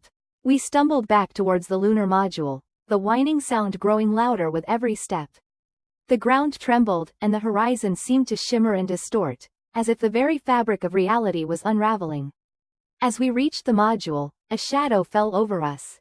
We looked up to see a massive, triangular shape descending from the sky, blotting out the stars. It was one of the alien ships, the same ones we had seen orbiting the Earth. It hovered above us, silent and menacing, its underbelly bathed in the eerie glow emanating from the chasm. A beam of light shot down from the ship, enveloping the lunar module. The metal groaned and buckled under the intense heat. We were trapped. The whining sound reached a deafening crescendo. The ground beneath our feet cracked open, and we were plunged into darkness. The last thing I saw, before the darkness consumed me, was the iridescent light from the chasm, spreading across the lunar surface like a malevolent tide, heralding the arrival of something ancient and terrifying. Something that had been slumbering for millennia, waiting to be awakened. And we, in our foolish curiosity, had opened the door. The echoing silence after the transmission ended was more terrifying than any scream. The revelation hung heavy in the air of the lunar module, a tangible presence suffocating us. Alara remained frozen, her hand still hovering over the comms panel, her face ashen. I could feel the blood draining from my own, a cold dread settling deep in my gut.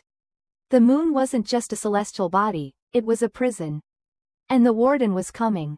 They're activating it, Alara finally whispered, her voice barely audible above the hum of the life support systems. Her eyes were fixed on the monitor displaying the lunar surface, now bathed in the eerie, pulsating light emanating from the chasm. The pulsing grew stronger, faster, spreading across the surface like veins of molten silver. The previously dormant structures, those cyclopean edifices that had stood silent for millennia, began to glow with an internal luminescence, their strange, angular shapes casting long, distorted shadows across the cratered landscape. The moon, once a familiar, if enigmatic, companion to Earth, was transforming before our very eyes. "We need to go," I said, my voice hoarse. "Now." But even as I spoke, I knew it was too late. The tremors started again, this time more violent, shaking the lunar module with alarming force. Warning lights flashed across the control panel, a cacophony of beeps and alarms filling the cramped cabin. Outside, the moon's surface was writhing, the ground buckling and splitting as if something immense was struggling to break free. "The engines, they're not responding," Alara cried, frantically working the controls. The pulsing light intensified, blindingly bright. A low, resonant hum, almost subsonic, vibrated through the module, making my teeth ache and my bones resonate. It felt like the moon itself was screaming. And then, the surface began to crack. Not the familiar fissures and rilles that crisscrossed the lunar landscape, but deep, jagged cracks that spread like lightning across the illuminated surface. From these fissures, a blindingly white light poured forth, accompanied by a wave of searing heat that buffeted the module. The metal groaned under the strain, and I could smell the acrid tang of burning insulation. Through the viewport, we watched in horrified fascination as the cracks widened, revealing glimpses of something vast and unfathomable beneath the surface. It wasn't rock or metal, but a writhing, pulsating mass of pure energy, swirling and shifting in colors that defied human comprehension. It was alive, sentient, and it was waking up. The transmission, we now understood, wasn't a warning. It was a boast. The lunar module was tossed about like a toy in a hurricane. Alarms shrieked, lights flickered, and the air grew thick with the smell of burning electronics. Alara slumped against the control panel, her face a mask of despair. It's no use," she murmured, her voice barely a whisper. I reached out, gripping her shoulder. "We're not giving up," I said, though the words felt hollow even to my own ears. But even as I spoke, a deafening crack resonated through the module. The viewport shattered, the vacuum of space rushing in. I felt a sharp pain as something struck my helmet, sending a spiderweb of cracks across the visor. My ears popped, and the world around me became a distorted, surreal blur. I saw Alara being sucked towards the breach, her eyes wide with terror. I reached for her, but the force was too strong. She vanished into the blackness of space, her scream swallowed by the void. The last thing I saw, before darkness claimed me, was the moon, now fully transformed. The surface had completely split open, revealing the monstrous entity within. It was a swirling vortex of light and energy, vast and ancient, its form shifting and changing, radiating an aura of immense power and malevolence. It was not a moon. It was an egg, and it had just hatched. The prison doors were open, and the universe was about to meet its jailer. The hum intensified, resonating deep within my very being. It felt like the entity was reaching out, probing my mind, dissecting my thoughts. And then, a voice, ancient and powerful, echoed within my skull. It wasn't sound, but pure thought, invasive and overwhelming. "We are the architects, asterisk," it said. "And you were but a fleeting dream in our long slumber, asterisk." The darkness closed in, and I knew, with chilling certainty, that the nightmares were just beginning. Not just for me, but for all of humanity. The moon, our silent guardian, had become our executioner. And the earth, our cradle, was now its target. The rhythmic pulsing emanating from the sphere within the moon was growing stronger, more insistent. It felt less like a heartbeat and more like a countdown. We huddled in the lunar module, the thin metal walls offering little comfort against the oppressive dread seeping from the very core of this celestial body. Amelia, normally stoic and pragmatic, was trembling, clutching a worn photograph of her family. Matteo, despite his bravado, kept glancing nervously at the hatch, as if expecting something to claw its way through. The comms system crackled back to life. Dr. Anya Sharma's voice, strained and distorted, filled the cabin. "Team Luna, do you read? We're seeing unusual energy fluctuations. The pulsing, it's affecting Earth. Tidal patterns are erratic, seismic activity is increasing. We need you to shut it down." Shut it down? We were staring at an alien artifact the size of a small city, pulsating with an energy we barely understood, and they wanted us to shut it down? The absurdity of the request hung heavy in the air. "Anya," I replied, my voice flat, "we don't even know what it is." We have no idea how to interact with this thing, let alone disable it. We're working on it. Anya's voice was laced with desperation. But the effects are accelerating. We're projecting catastrophic geological events within the next 48 hours if this continues.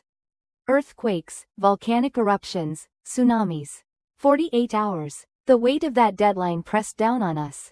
We were not just explorers now, but the last, desperate hope for a planet on the brink of annihilation. Matteo swore under his breath, his bravado finally crumbling.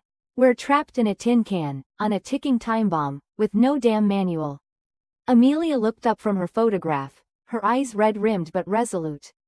We have to try. We have to find a way. We spent the next few hours poring over the limited data we had. The glyphs etched on the sphere's surface seemed to be a language of some kind, but deciphering them was proving impossible. The pulsating energy emitted a low hum that resonated through the module, making it difficult to concentrate. Every tremor that ran through the moon's surface felt like a hammer blow against our sanity. Suddenly, a new sound joined the rhythmic pulsing. A high-pitched, keening whine, like metal scraping against metal. It rose in intensity, filling the cabin with an unbearable cacophony. The lights flickered, and the module began to shake violently. What the hell is that? Matteo shouted over the din. I grabbed onto a handhold, my knuckles white. Looking through the porthole, I saw the source of the noise. The sphere was rotating slowly, the glyphs on its surface glowing with an eerie, internal light. And as it rotated, sections of the lunar surface around it began to shift and rearrange themselves, like pieces of a giant, macabre puzzle. Huge slabs of rock and metal rose from the ground, revealing gaping chasms beneath. The lunar landscape was transforming before our eyes, reshaping itself into something different. Something alien. Then, the rotation stopped. The keening whine faded, replaced by a silence that was even more terrifying. The newly reformed landscape was unsettling. Geometric shapes, impossible angles, structures that defied explanation.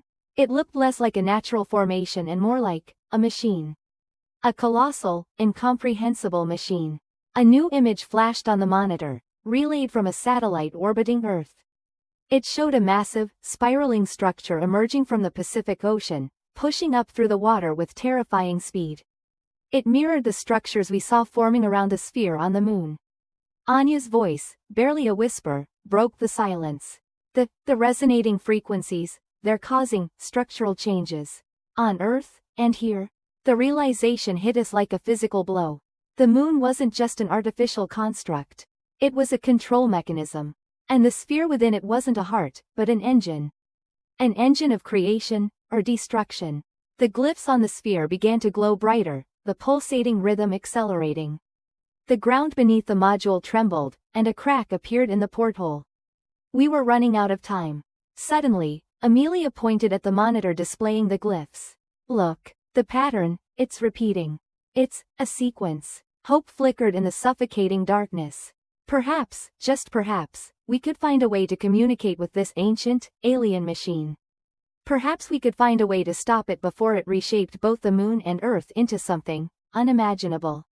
But as the pulsing intensified and the ground shook beneath us, a chilling thought crept into my mind. What if stopping it wasn't the answer? What if the creators of this machine had a purpose in mind, a purpose far beyond our comprehension, and our attempts to interfere were only making things worse? The answer, whatever it might be, lay hidden within the glowing glyphs, whispering secrets from an age-long past. And as the countdown continued, we knew that the fate of two worlds hung precariously in the balance. Part 21. The Whispers of the Makers. The glyphs pulsed with a sickly, internal light. They weren't carved, they were part of the metal, woven into its very structure like veins of luminescent ore. Amelia traced one with a trembling finger, the cold metal burning against her skin. It felt alive. The air around the glyphs shimmered, distorting the already hallucinatory environment within the moon. The low hum that permeated the structure deepened, vibrating through the floor and up through Amelia's boots, a resonance that settled deep in her bones. What do they say? Elias whispered, his voice hoarse. He clutched the makeshift torch, the flickering flames casting dancing shadows that seemed to mock their fear.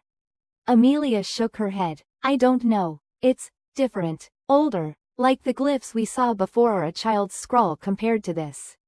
The echoing hum intensified, morphing into a low, guttural drone that seemed to emanate from the very walls around them. It felt like something vast and ancient was stirring, its slumber disturbed by their intrusion. "We need to get out of here," Sarah said, her voice strained. She kept glancing nervously at the shimmering glyphs, her eyes wide with a primal fear. Just then, a new sound joined the drone, a whispering. Faint at first, like the rustle of dry leaves in a distant wind, it gradually grew louder, weaving itself into the drone until it became an inseparable part of the unsettling symphony. It wasn't a language they recognized, but it resonated with something deep within their minds, bypassing understanding and going straight to instinctual dread. "They're waking up," Amelia breathed, a chill crawling down her spine. "Whatever built this place, it's waking up." The whispering intensified, pressing against their eardrums, insinuating itself into their thoughts. It felt like 1,000 voices speaking at once, each one carrying a weight of unimaginable age and power. The glyphs pulsed brighter, the shimmering air around them growing thicker, distorting their vision. The world began to warp and twist, the metallic walls seeming to breathe, the floor undulating beneath their feet. Elias stumbled, dropping the torch. It rolled across the floor, the flames sputtering and dying, plunging them into near darkness. The whispers seemed to surge forward, filling the void left by the extinguished light. "We have to find another way out," Elias said, his voice barely a whisper above the cacophony. He scrambled to his feet, his hand outstretched, searching for the wall. Sarah whimpered, clutching Amelia's arm. I can't think." The whispering was growing louder, more insistent.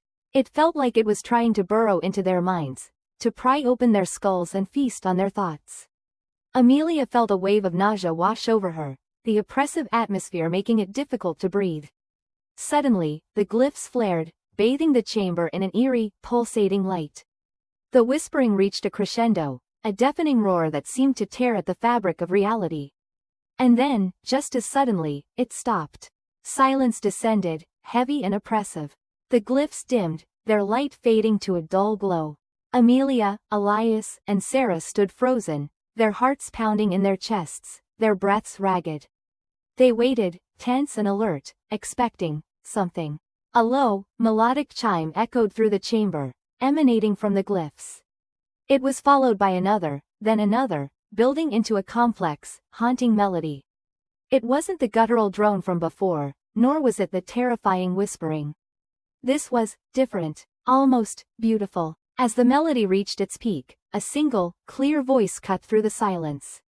It spoke in the same unknown language as the whispering, but this time, Amelia felt a flicker of understanding, a sense of meaning transmitted directly into her mind. "We are the makers, asterisk." The voice echoed through the chamber, resonating with power and age. It wasn't threatening, but it wasn't welcoming either. It was observational, like a scientist studying a specimen under a microscope. "You have entered our domain. You have awakened us from our slumber, asterisk." Amelia felt a tremor of fear run through her. They had disturbed something ancient and powerful, something they couldn't possibly comprehend. "We have watched you. We have studied you, asterisk." The voice paused, and the melody shifted, becoming more somber, more contemplative. "You are intriguing, asterisk." The words hung in the air, heavy with unspoken meaning. Amelia looked at Elias and Sarah, their faces pale and drawn in the flickering light of the glyphs. They were trapped, caught in the gaze of something beyond their understanding. And the worst part was, they had no idea what it wanted from them. The voice spoke again, its tone shifting, taking on a quality of curiosity. "Tell us, little ones, what is it you seek, asterisk?" Part 22. The Silent Scream. The lunar dust clung to our suits like a second skin, gray and insidious. Each crunch underfoot was amplified within my helmet, a morbid counterpoint to the thumping of my own terrified heart.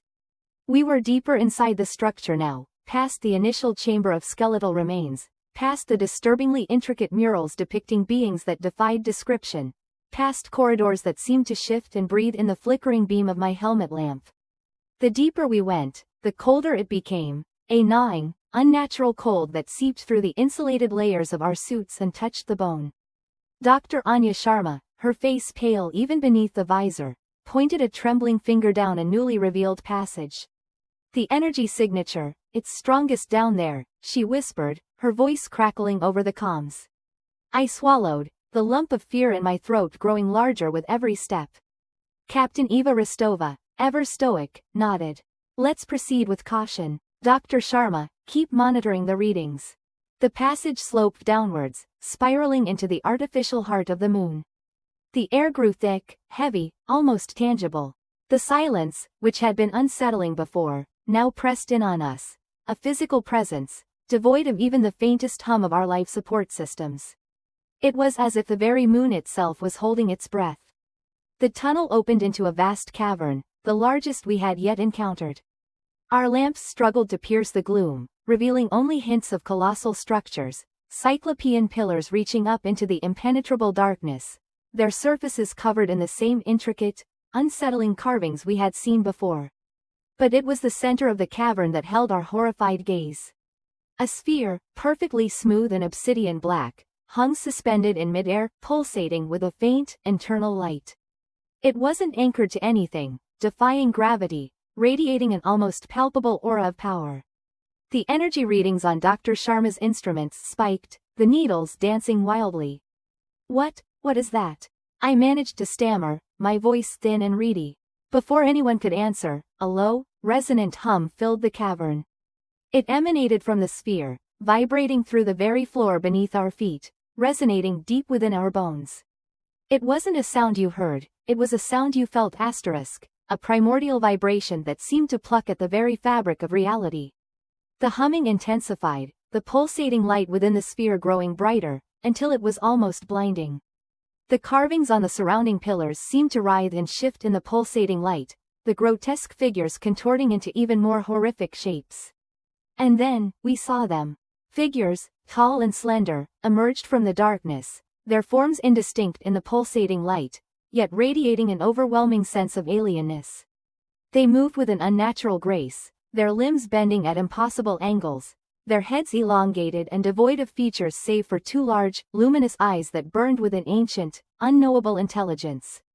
They didn't speak, they didn't make a sound, but their presence filled the cavern with a suffocating dread, a silent scream that echoed in the deepest recesses of our minds.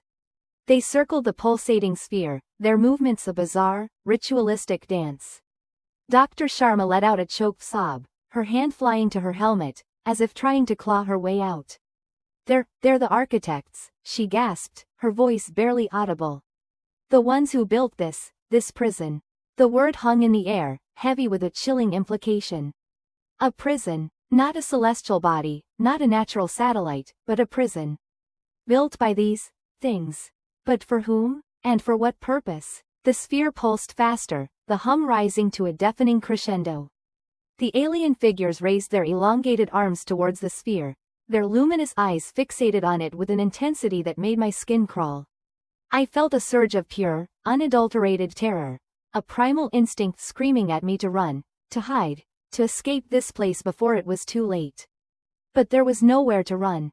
We were trapped, caught in the heart of an ancient, alien machine, at the mercy of beings beyond our comprehension. The pulsating sphere reached a blinding crescendo, the humming resonating so deeply it felt like my very bones were about to shatter. And then, everything went white.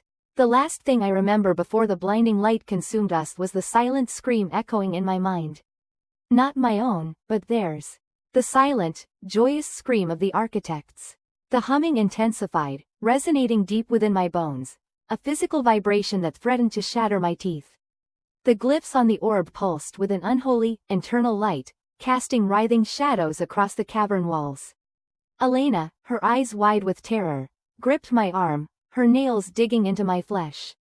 We were trapped, caught between the awakening of an ancient, unimaginable power and the suffocating dread of the unknown.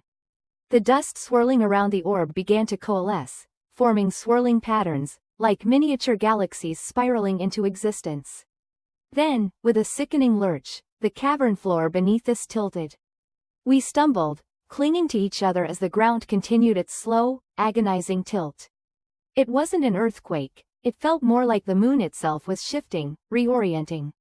The orb levitated, rising slowly into the air, the swirling dust now forming a halo around it. The humming reached a deafening crescendo, a sound that seemed to tear at the very fabric of reality. Cracks appeared on the cavern walls, spreading like spiderwebs, glowing with an eerie, internal luminescence. The air grew thick, heavy, charged with an energy that made it difficult to breathe. It's activating," Elena gasped, her voice barely a whisper. I wanted to scream, to run, to do anything but stand there and watch the inevitable unfold. But we were paralyzed, held captive by an unseen force, compelled to witness whatever cosmic horror was about to be unleashed. The orb, now bathed in an almost blinding light, began to project images onto the cavern walls. Flickering, distorted scenes of alien landscapes flashed before our eyes. Towering, obsidian structures piercing a blood-red sky, rivers of molten metal flowing across desolate plains, grotesque, insectal creatures swarming over pulsating, organic machinery. It was a glimpse into a nightmare reality, a testament to a civilization both awe-inspiring and utterly terrifying. Then, a single image solidified, dominating the others. It was a close-up of a face, not humanoid, but something other. Its skin was a sickly, translucent green, stretched taut over sharp, angular bone structure. Its eyes, huge and black, devoid of pupils, seemed to bore into our souls. A thin, lipless mouth curled into a silent, chilling smile. The humming ceased abruptly, replaced by a voice, echoing in our minds, bypassing our ears. It spoke in a language we didn't understand, yet we understood perfectly. It was a greeting, a welcome, and a warning. "We have been waiting, asterisk." The image on the wall shifted again, showing a view of Earth, seen from the moon's surface. Our planet, so vibrant and blue, now appeared small, vulnerable. The alien voice echoed in our minds once more. "The time has come, asterisk." The ground beneath us lurched again, violently this time. We fell, tumbling across the shifting floor as the cavern began to collapse around us. Dust and debris rained down, choking the air. The orb, now radiating an unbearable heat, continued its ascent, seemingly pulling the entire cavern upwards with it.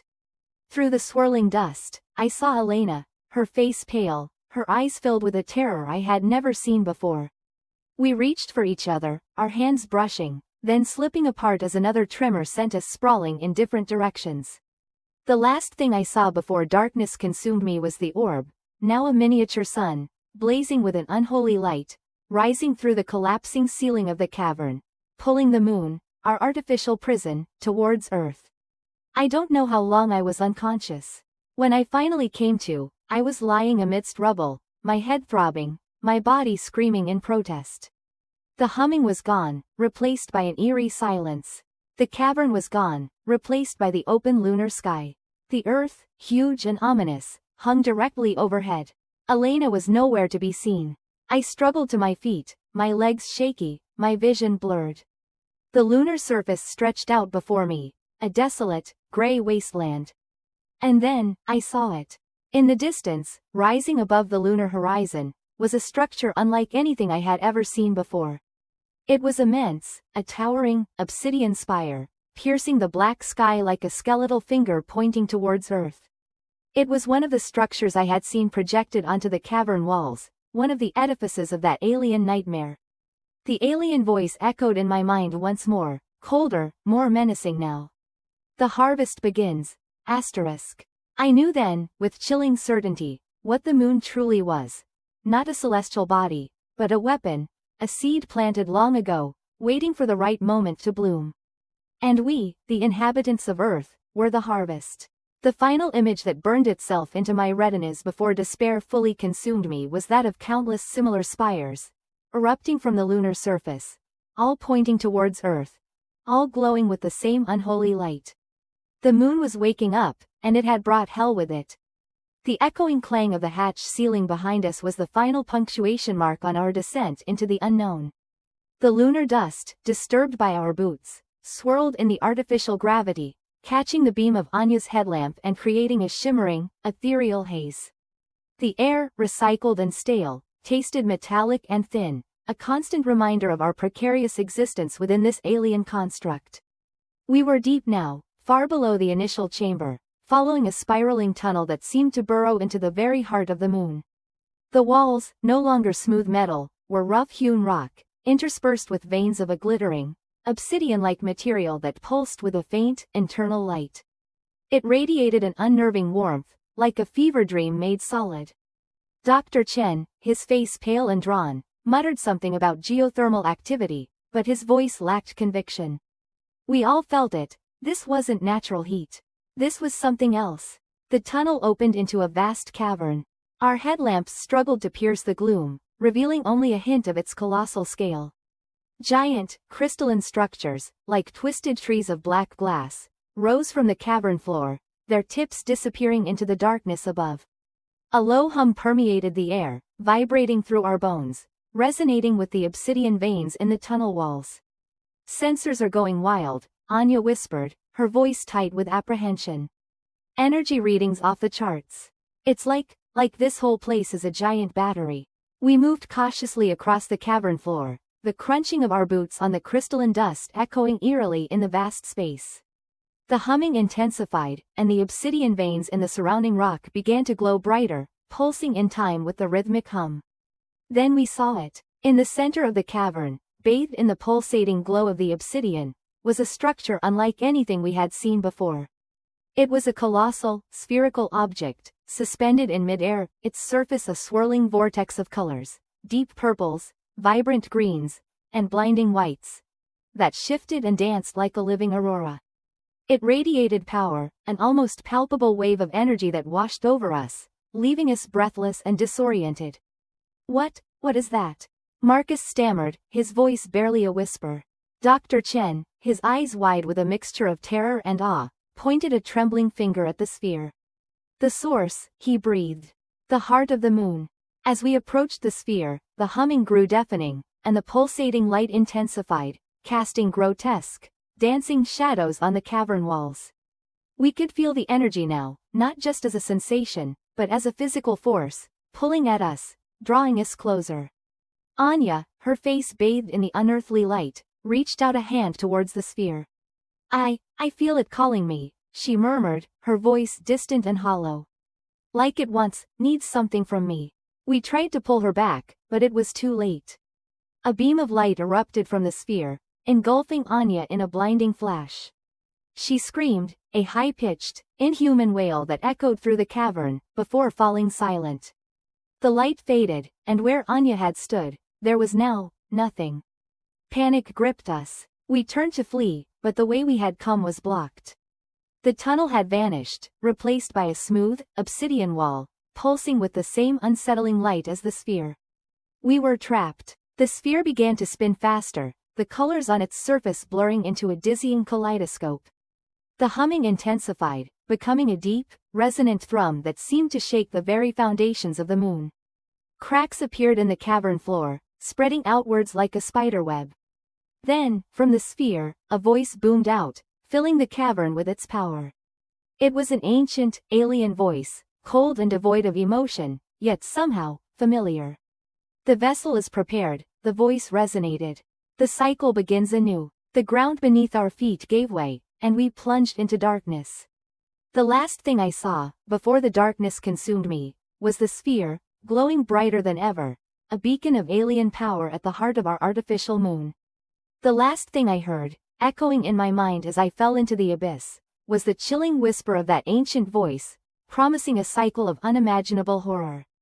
And then, nothing. The hum intensified, resonating deep within my bones, a vibration that seemed to unravel the very fabric of reality. The glyphs on the control panel pulsed with an eerie, internal light, bathing the chamber in a sickly green glow. Around us, the lunar cavern trembled, dust raining down from the impossibly high ceiling. Alara, her eyes wide and unseeing, continued to chant in the ancient tongue, her voice a hollow echo in the vastness. The air crackled with an unseen energy, and I felt a creeping dread unlike anything I had ever experienced. This was it, the culmination of centuries of whispers, myths, and terrifying truths.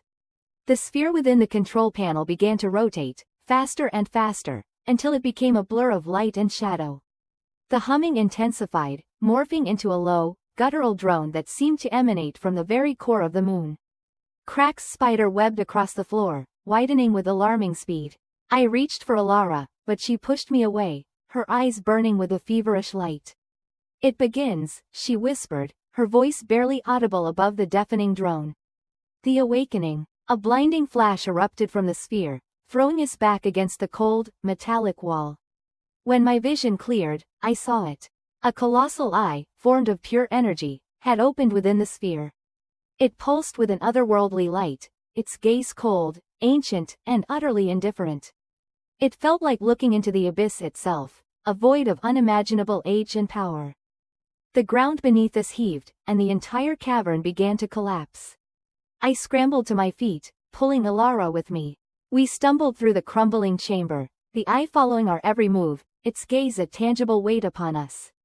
The drone intensified, becoming a physical force that pressed against my chest, stealing my breath. We reached the tunnel, the only escape route, just as the cavern behind us imploded.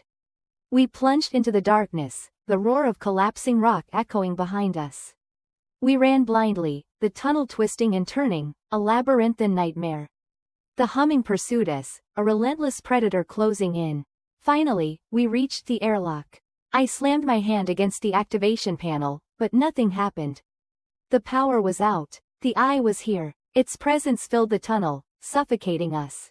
Alara turned to me, her face illuminated by the eerie green light. "It's too late," she whispered. "They're awake." The wall of the tunnel shimmered, and then dissolved, revealing the eye in all its terrible glory. It was closer now, larger, more terrifying than ever. The drone became a deafening roar, and the air crackled with raw energy. I braced myself for the inevitable, closing my eyes, waiting for oblivion. But it didn't come. Instead, I felt a strange calm wash over me, a sense of profound understanding. I opened my eyes, and saw Alara standing before me, her arms outstretched, her body bathed in a golden light. She was chanting again, but this time, the words were different. They were not words of summoning, but words of defiance. The eye pulsed, its gaze wavering. The drone faltered, the humming becoming a low, mournful wail. The golden light surrounding Alara intensified, pushing back against the encroaching darkness. A voice, ancient and powerful, resonated throughout the tunnel. It spoke not in the language of the glyphs, but in a language I understood, a language that resonated deep within my soul. "You have awakened us," the voice boomed, "but you do not control us." Alara's voice rose in response, clear and strong. "You were meant to protect, not to imprison. You were meant to guide, not to conquer." The eye pulsed again, and the voice echoed once more, this time tinged with uncertainty. We have forgotten." The golden light surrounding Alara flared, blindingly bright. The eye recoiled, shrinking, its light dimming. The drone ceased entirely, leaving a ringing silence in its wake. When the light subsided, Alara collapsed, her face pale and drawn. The tunnel was intact, the eye gone. The silence was absolute. We were alone. I knelt beside her, my heart pounding in my chest. "What happened?" I whispered. She opened her eyes, a faint smile playing on her lips. "They remembered," she said weakly. "They remembered their purpose." We sat there in the silence, the weight of the moon pressing down on us, but this time, it felt different. It felt protective. The moon, once a symbol of dread and mystery, now held a new meaning. It was a testament to a forgotten past, a warning, and a promise. The ancient race had awakened, but they had also remembered. And in their remembrance, there was hope. A fragile hope, perhaps, but hope nonetheless. The journey back to Earth was a blur. The world greeted us with open arms, eager to hear our story. But our story was not one to be shared lightly. It was a story of cosmic horror, of ancient power, and of a fragile peace. It was a story that needed to be protected, guarded, and understood. Because somewhere out there, in the vast expanse of space, the eye was still watching. Waiting, remembering, and we, the inheritors of this terrifying truth, were left with the heavy burden of ensuring that its awakening would never again threaten to consume us all. We were left with the moon.